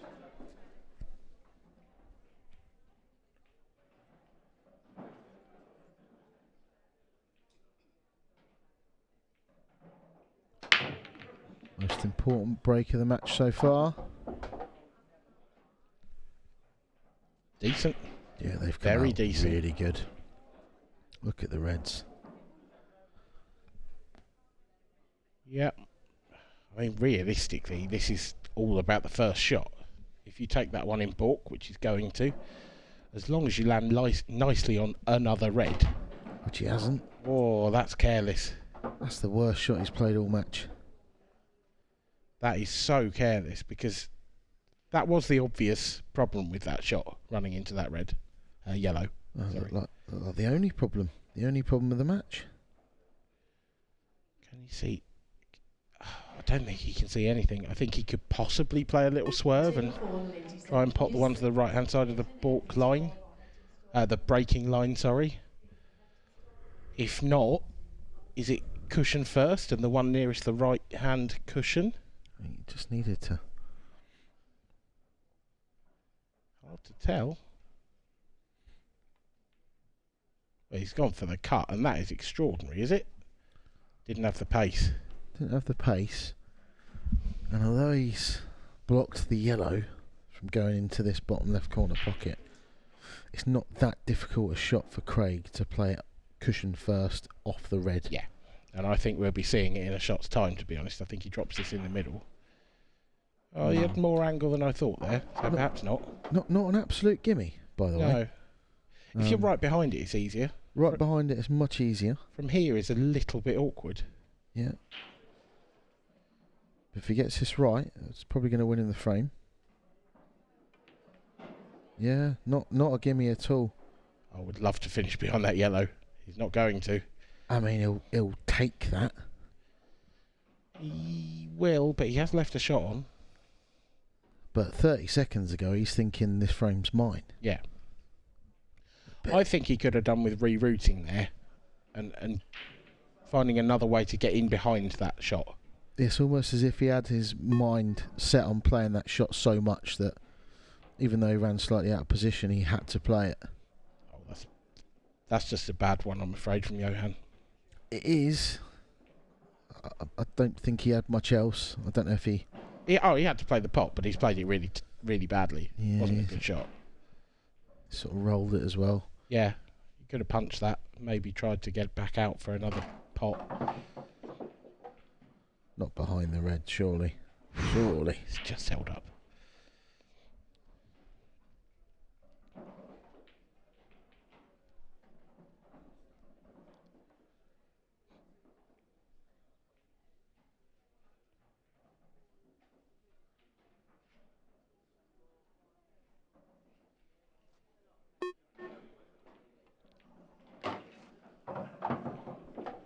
Craig's not allowed for the slide there either.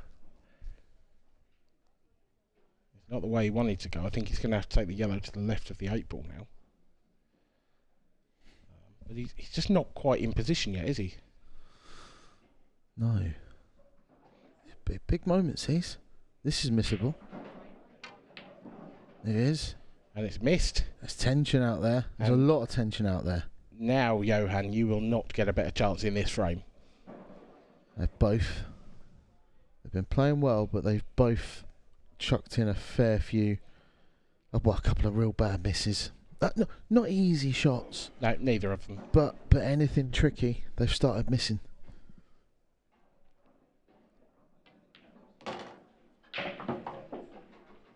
This is not tricky at all for Johan. Should be finding himself 3-2 up in this set shortly.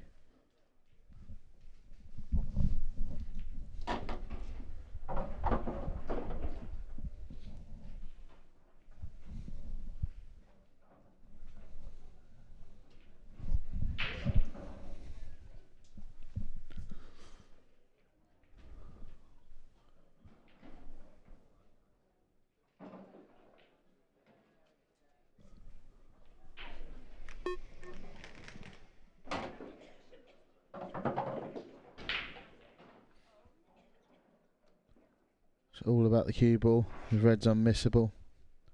It's all about not running out of position here.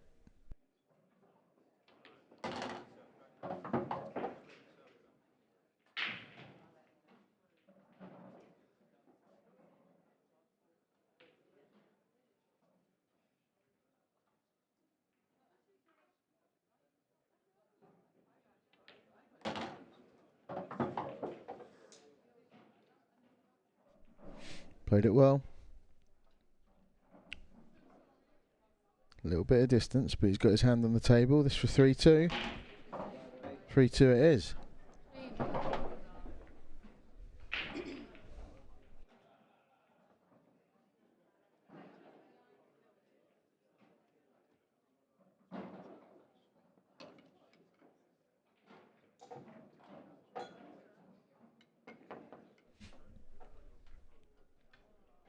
Looks alert, looks happy, focused, a little bit nervous.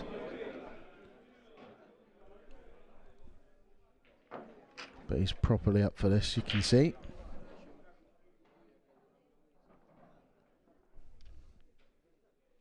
See barrel in there against Clint Ianson. Ladies event getting underway. It was the 5:30 session. Frame 6, Craig Marsh to break, trailing 3 frames to 2. Time running.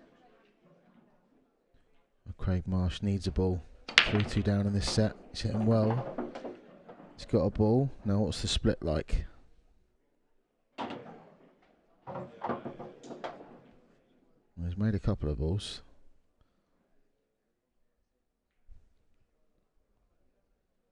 Table 3 in the ladies, please. Deb Bircher, Chloe Payne. Deb Bircher, Chloe Payne, table 3. Sure he's got much choice here. I think he has to go reds first up. Not really what he'd have wanted, because look at the two reds at the top of the table. Blocking each other. He'd love to go yellows. Would absolutely love to be yellows. But he hasn't got a first yellow. He hasn't got an easy first yellow. He's taken his extension, which you don't see very often from Craig. He is playing the ultra thin cut on this yellow. Ultra thin. He's got it. What a shot. What a shot that is. Fortune favours the brave. He was losing the white. The white was going all over the place there, but it's come out good, and he probably deserves that little bit of luck. Playing such a brave shot.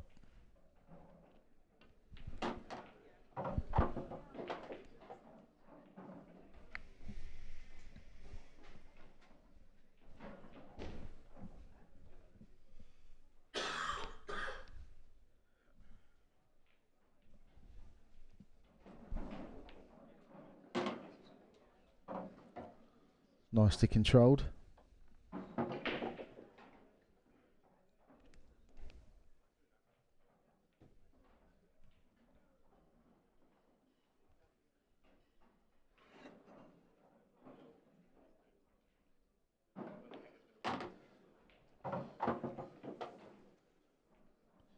So we've had a couple of 4-2s in these first 2 sets. Looks like we're getting our first deciding frame in a set. Has he gone too far there? This is a little awkward. Is the white going towards... Well, it's going towards the middle pocket. Is it going in? I think it's just about okay, isn't it? Not Close, sure. man. It's close. It's really close. It's a slightly careless shot from Craig. He doesn't like it, does he? He's just flung his hands up in the air. No, I think this is... Doesn't like it at all. He's digging into this. Try and avoid it. Round all the angles, flicks the 8 ball. How's his luck? It's gone in another pocket. No luck. No luck. Oh, wow. No luck. He can look. He can. He's played it really hard because he felt like if he played it naturally or plain ball, the white was going to go in off in the middle. So fair enough, he had to do that. But you know, you can curse your luck if you want because it was a bit unlucky that it went in off. But you shouldn't have had to been playing that shot in the first place. No. It was The real fatal error was flicking the red the shot before. Yeah. Shouldn't really have been anywhere near it. What a turning point that could be in this match. Well, I was going to say I feel like the third set is almost the most important. I know it isn't, because it's always the last set, whichever one that happens to be. But the third set, particularly when you're 1-1 in sets, is such a huge turning point potentially, because 1 down, 2 to play, or 1 up, 2 to play. Yeah, it's, Johan now, as long as he takes these out, and it's hard to see him not taking them out. Yeah, so he's only got to win 1 more set. Yeah, Craig's got to win 2-0 from here. Please, Rachel Tucker, Antonia Jordan. Rachel Tucker, Antonia Jordan, table 7.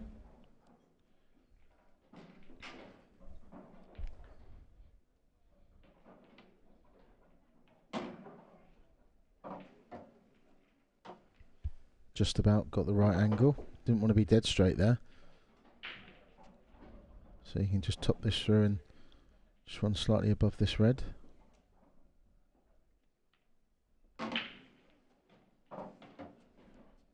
Not the best angle either, to be honest. Now we're going to have to sort of punch this on and off the side cushion. Yeah, you don't want to wanna be be- leaving loads of distance. No, you want to be behind this 8 ball. That's pretty good, that. Yeah. Nicely done. Frame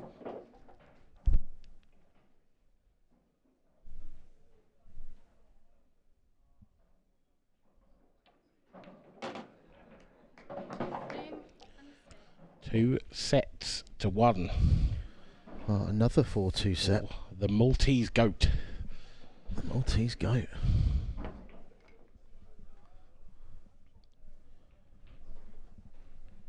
Corey Reese there in the background. Yeah, up against Matt Schofield now. New professional next season. And one that I would tip to do a bit of damage, Dan. Matt Schofield. Yeah, good player. He Corey was 2-1 down as well in his previous round, so he'll feel like he's dodged a bullet first round. Yep. Matt came through a fairly long game against Adam Griffiths. That one ran Good. about 4 hours, I think, for a 3-1 victory. Yeah.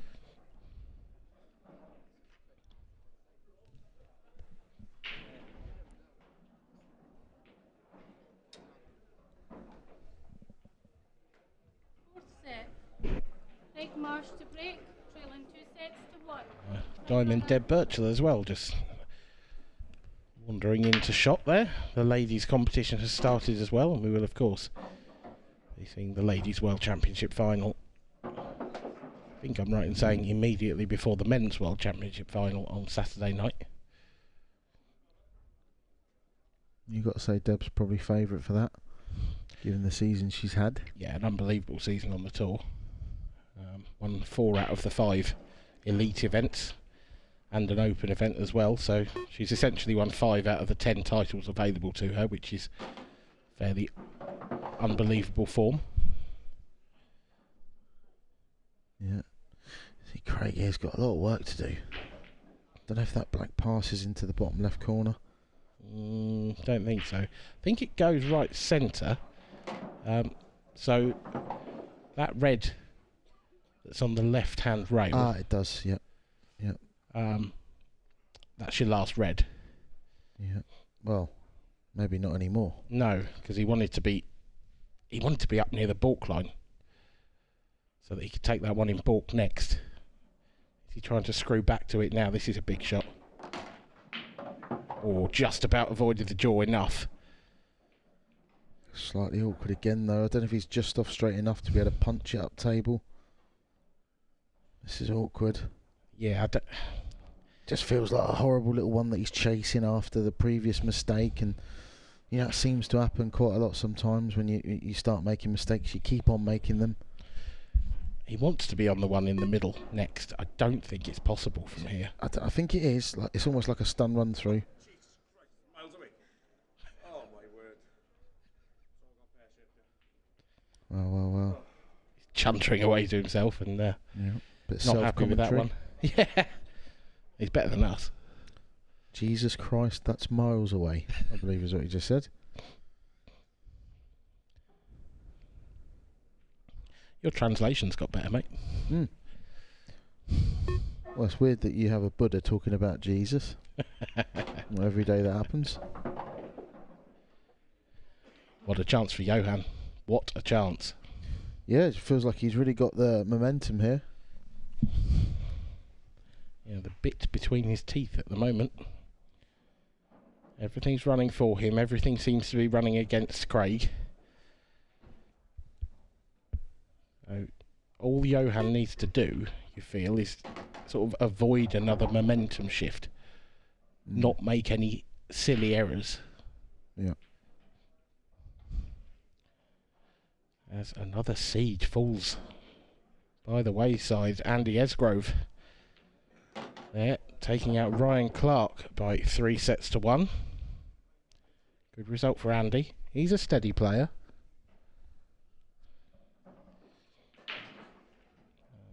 From nearish my neck of the woods in Kent, Andy Esgrove.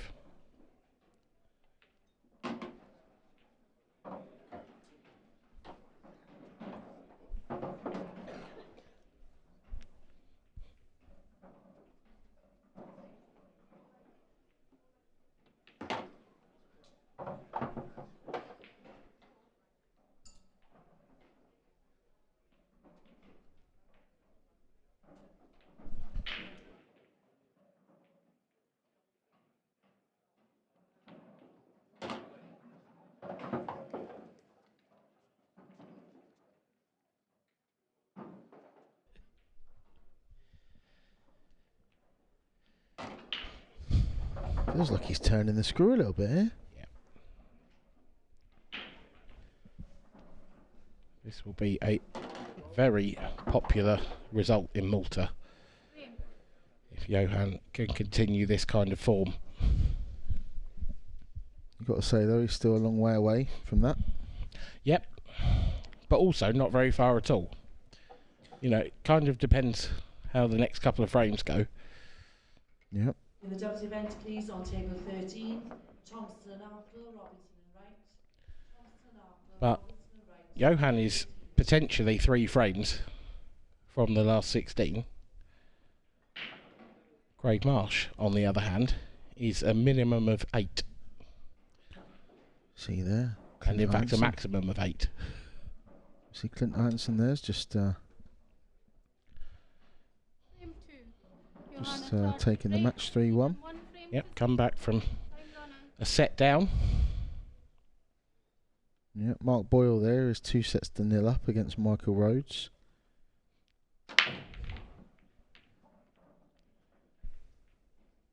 Oh, Craig Marsh is out of his seat. Johan's gone dry. And he's left a pretty inviting table, has to be said. Reds or yellows, to be honest.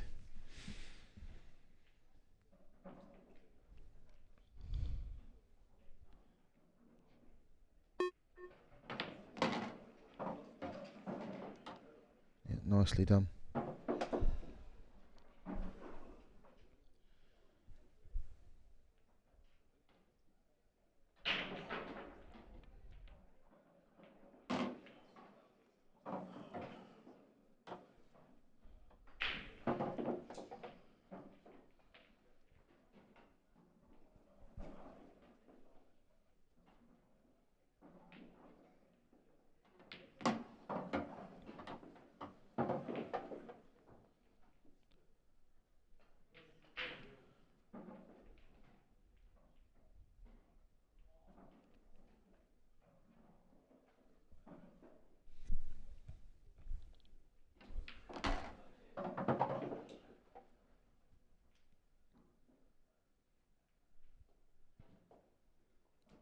He's just got to be a bit careful here. I'm not sure whether he's trying to go round the back of that red.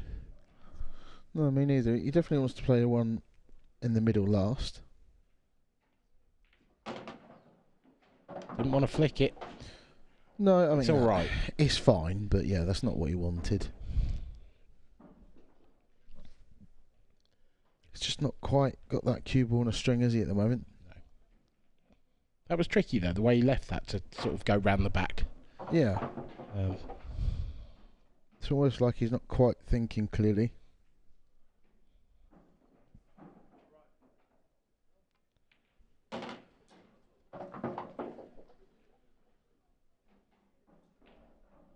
This will be a nice tonic for Craig.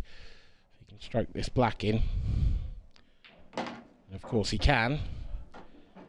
So back to 1-1. And an important steal there really from Craig, because that was on Johan's break. So Craig with the break in the next frame, possibly with an immediate chance to retake the lead, or to take the lead I should say, in this fourth set. All over the place. Yeah, it's crucial, this next couple of frames for Craig.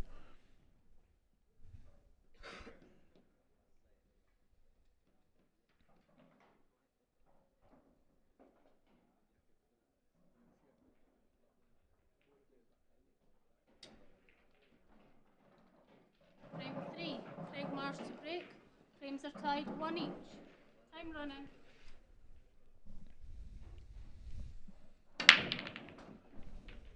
This is massive. Is it dry? No. He's got a ball. How have they come out? He's got an easy starter on reds. Would love an easy starter on yellows.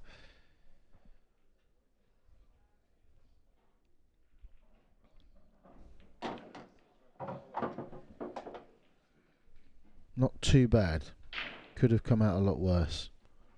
Everything goes now. Not gimmies. Yeah, I'll take that.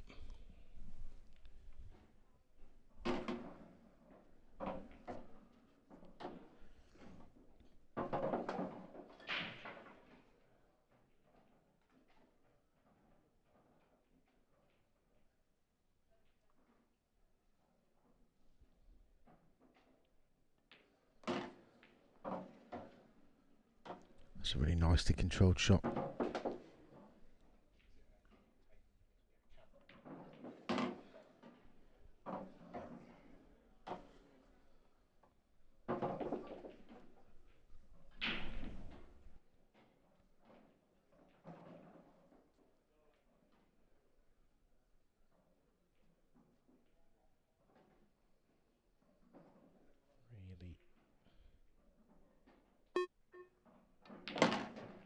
Big moments here for Craig Marsh. That's a nice shot.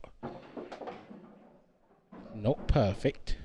No, not at all. A little decision here. Does he just stun the white ball and leave a bit of distance between the white and his if he last goes red? through, he's toying with being behind a yellow or... Yeah, I don't think he can risk that, so that's fine. Absolutely fine.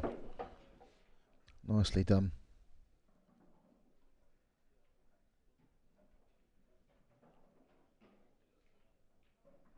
Bit of drag on this one. And an easy 8 ball.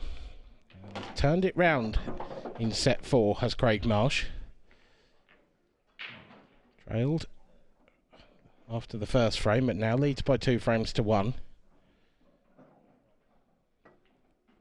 Every set so far has gone 4-2.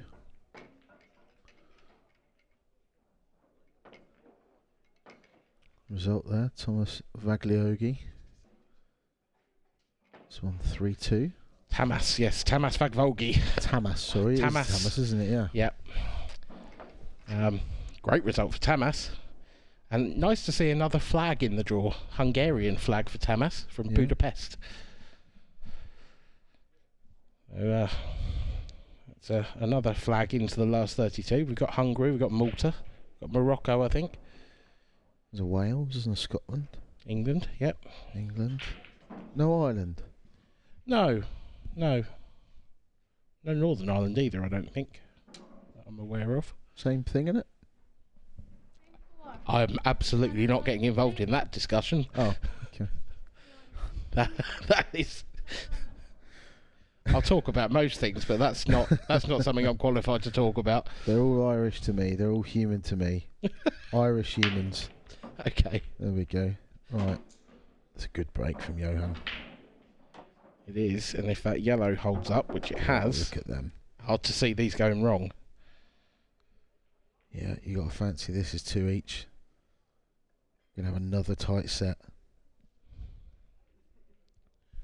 Slightly tricky one into the centre pocket first off. Well, Choose to go that way. if He he doesn't goes have to yellows, go that way. I think he might be playing this with a bit of running left-hand side and try and bump the red out the way between the black and the 2 yellows. Bottom right corner, because the black's the obvious thing here that's a little bit tricky. Could go wrong. Oh, that's good. That's a good shot. Got into it early as well, as you're always taught. If you're going to take any risks, do them as early as possible. Let's open them up quite nicely now. Simon Ward took the first set against Wayne Fryer. 1 each in the second set.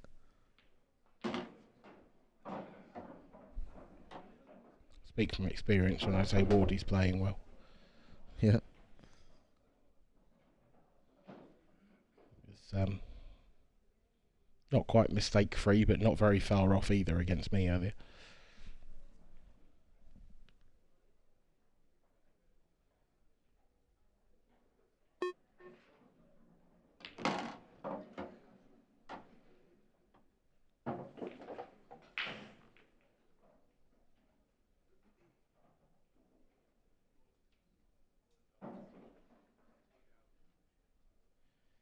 Dan Wiley up against Lee Shepherd.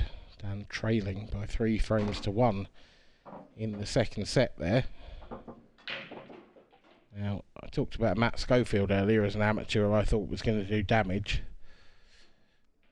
in the professional ranks next season. I think Lee Shepherd is nailed on to do some, isn't he, Dan? He's had an unbelievable season.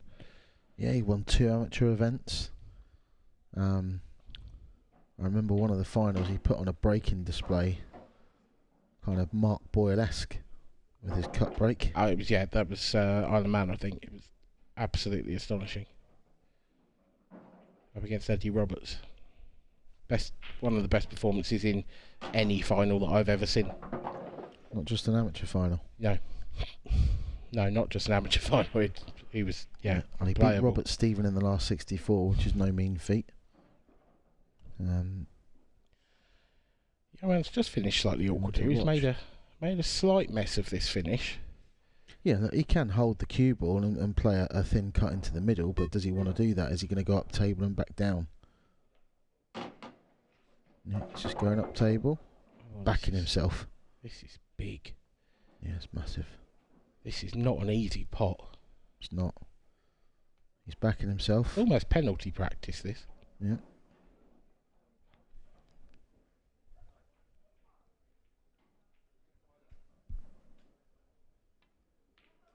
Nailed it. Absolutely brilliant shot, that.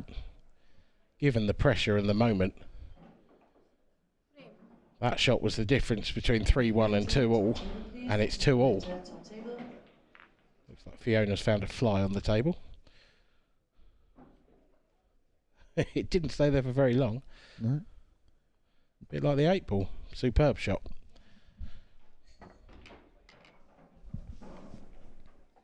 No messing about from our referee Fiona there. Just Sorry? get off my table. Yeah, absolutely. No insects on my table. Not not on my watch. Great ref, Fiona. Very welcome addition to the tour. Yeah.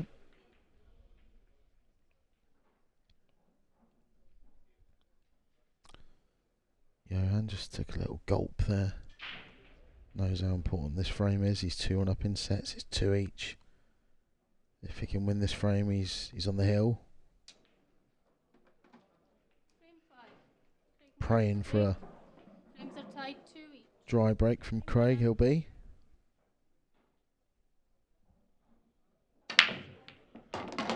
Oh, his prayers have not been answered there, have they? Definitely not dry. Although, Oh, well, okay. well, he's got to go yellows. He's got to go Has to go yellows. yellows. I don't think the red into the top corner is a big pocket.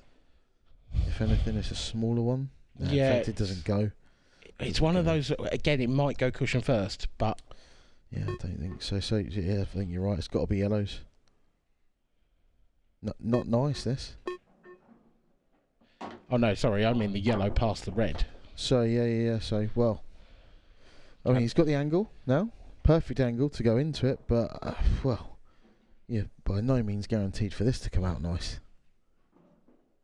But even if you do get the skill shot, Gone into it. yeah, I mean that's not nice at all. That's almost as bad as it could be.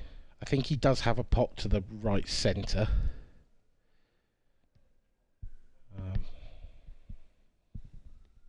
What's he looking at here? What is this? Is he cutting this into the middle? That's unbelievably. No, he's playing the safety. He's gone in off, hasn't he? No, he's played the safety. That's almost a great shot. Yeah, it was. It's a very ballsy shot, that. It was flirting with the pocket, wasn't it? Talking to Lee Shepherd, he's now 2-1 up in sets against Dan Wiley. Dan claims this is going to be his last tour for a while. They all say that, don't they? I have heard that before from him. No, so have I, but I've heard it so many times from so many people. Oh, that's me done. Yeah, I'm having a year or two out. Like Mark Farnsworth, you mean, when he fully retired? When he fully retired. Fully retired Mark Farnsworth, and then came back one event later. Yeah. And won and got to the final of the other. Yeah. Basically missed the bus. Yeah.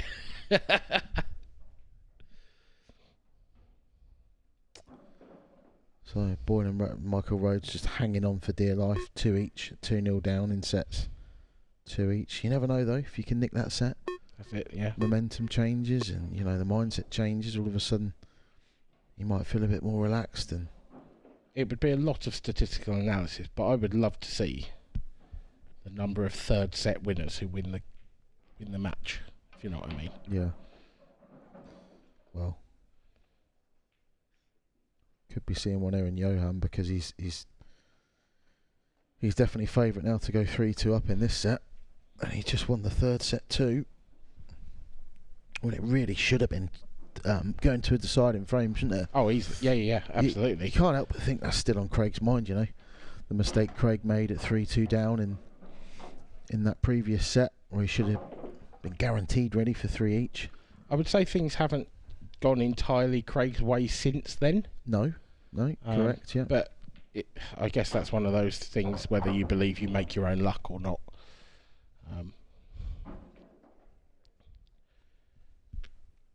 Johan's just gone a hair too far there. It's alright, actually. I think he can. He didn't want to go this way, but he can. No, it's not. Wasn't his intended route, was it? But it's worked. It's pretty good. So the big shot is not this one, but it's the next one. It's getting position on that one down the rail. If you get right in behind it, it's unmissable, and you've got nothing to do for position on the 8 ball. If you leave distance or angle, then the pressure ramps up. I think he could maybe stun up for it now. Thought he could have punched up for it then, but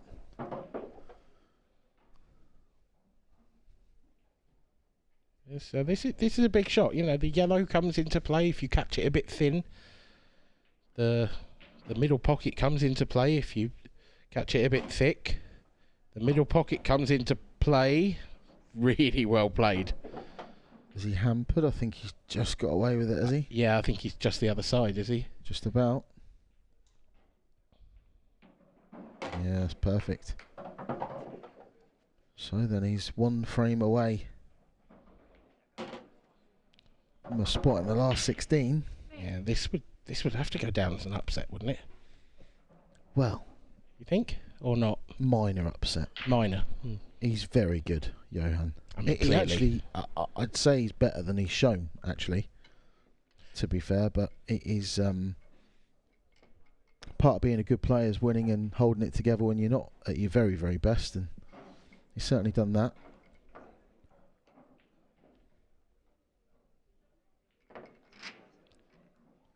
There's someone that tends to be at his best more often than not, Mark Boyle. Yeah. Just. At Awesome. the moment, he is the best player never to have won the World Championships, isn't he? I think there's a case that at the moment he's the best player in the world. Yeah, there is. Right. Yeah. You know. 6. Johan Attard to break. Leading 3 frames. It's a bit of a statement if he goes and beats Michael Rhodes 3-0. Just makes mincemeat of him. Yep. That's a tough game. And of course, we watched him earlier on the stream as well against Matt Steeper. Oh, hello. Oh no, is he going to be behind the 8 ball? Looks like he is. I see a thought red? the way that balls were flying in, I thought this was just going to finish beautifully for Johan, and he was going to have sitters. But actually, this is a table that's going to take some working out. Yeah, because I mean the It's got an opening red. well, the black doesn't go either. No. This is tough. This is a horrible table.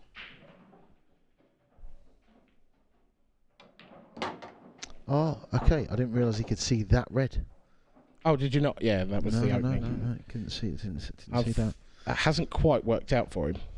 No, if he'd just got into that a smidgen more, a Yeah. little bit more pace, or a little bit more right hand side, it could have been curtains there for Craig. Well, I say it hasn't worked out for him. It does go. He's just not on it. Yeah, I didn't. From the overhead, it doesn't look like it goes, but I think it does. So Okay.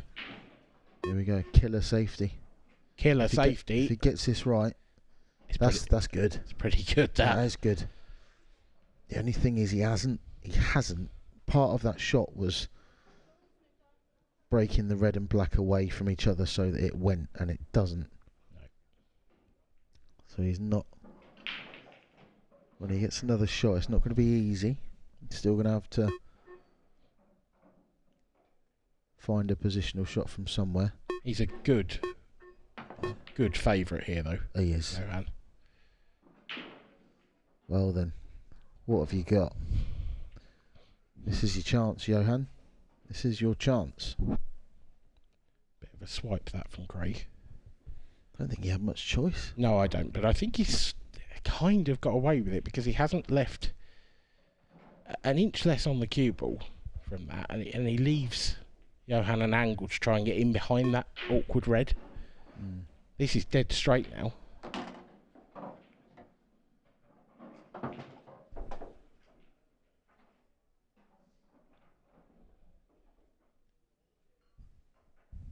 See there, Gareth Hibbert's a set up, but 3-1 down in the second set to Wade Morley. He came through a tough battle earlier, Gareth. Yeah, against a great young player. Yeah. Dominic O'Donnell. Yeah, Gareth was 2-1 down in sets and 2-1 down in that set, in the fourth set. So he was 2 frames from going out. Definitely one to watch out for, Dominic. He's a young England player. I'm not sure exactly how old he is, but he's definitely Yeah, that game was happening next to me, and it doesn't look old. That's for sure. No, I think he played in the doubles as well with Anthony Monarch, who's another one to look out for. Another classy youngster. Yeah, That's a lovely shot. that's a good shot from Johan. You might have the perfect angle here, you know. You know, if this comes out good, it could be. You might as well shake his hand. If he can bump into this and push it near that middle pocket and stay on the other red, it's over. Oh, that's even better, isn't it? That's even. That's absolutely brilliant. That's game over, isn't it? Yeah. That is a superb shot. To stay away from this yellow, or come inside it at least. Yeah, perfect. It's a good performance, this. Wow.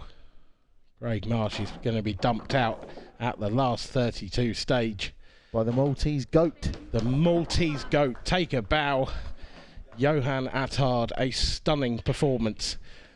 Sees Craig Marsh exit the World Championships early as Johan receives the adulation of his fans. A brilliant performance, Dan. Really good. Very good. Like a couple of mistakes, but I mean, who doesn't in such a long format? But he held himself together really well. Really well. Played very good. And he's going to be tough to beat. Looks happy, doesn't he? He looks happy, and so he should. As well he might. So he should, but yeah, it's really good performance on the big stage. You know, shot clock, which probably isn't naturally his thing, to be honest. But like I said, he's a very, very good player. He's going to be tough to beat. He had a really good win first round, 3-0 against Paul Harkness, who's a good player. Yeah. And to follow that up with a 3-1 win against Craig's a bit of a statement. Well, stunning. Absolutely. So let's hear from the man himself. Johan Attard is in the interview room. Thanks, Dan. And I'm indeed here with Johan Attard, who has just sent a seismic shock through this competition. Johan, tell us how you feel after that performance. For me, the first time in the professional events, at the beginning I was a little bit shaky, but then I managed to make myself with the table, and I felt confident then. And how did you find the conditions, the arena, the shot clock? The shot clock, I used to play it on the other side, and in Malta we play it like this as well. The arena is fantastic. It's one of the best I ever played in, and I'm liking everything. Yeah. There's a great group of you that have come from Malta for this event. Tell us, for people who don't know, about pool in Malta and just how popular it is. Right now, blackball in Malta is going very good. People practice every day. Example, in my club, there are about 40 players. For us, 40 players in one club. It's a very huge competition. In Malta only there is about 500 players. Okay. But we practice together. That's how we make ourselves. We have a bit of champions as well. That was European champion, world champions. We have as well. That's why we practice together, and we try to be like everyone. There's never been an overseas winner of the World Championship.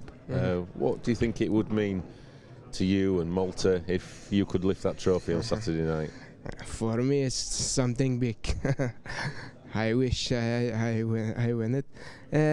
For Malta, it's a small country, like I told you. Hope I will touch it. I'm not going to touch it now. Yeah, but the most thing important that I am enjoying playing, and that's it. And then we'll see how it comes. Yeah, and you think your phone will be quite busy now when you go check? I think so, because I have my birthday today as well. Oh wow, wow! What a day! Turned 39 today. 39 today. So have you had a look at the draw? Do you know who you might have next? I don't know. The only thing I think in my mind is how I am going to play, not the person. If I play good, I can beat everyone. If I play bad, I can lose with everyone. That's my mind, how I control it. And it's going to be great to see all you players from Malta playing on the professional ranks.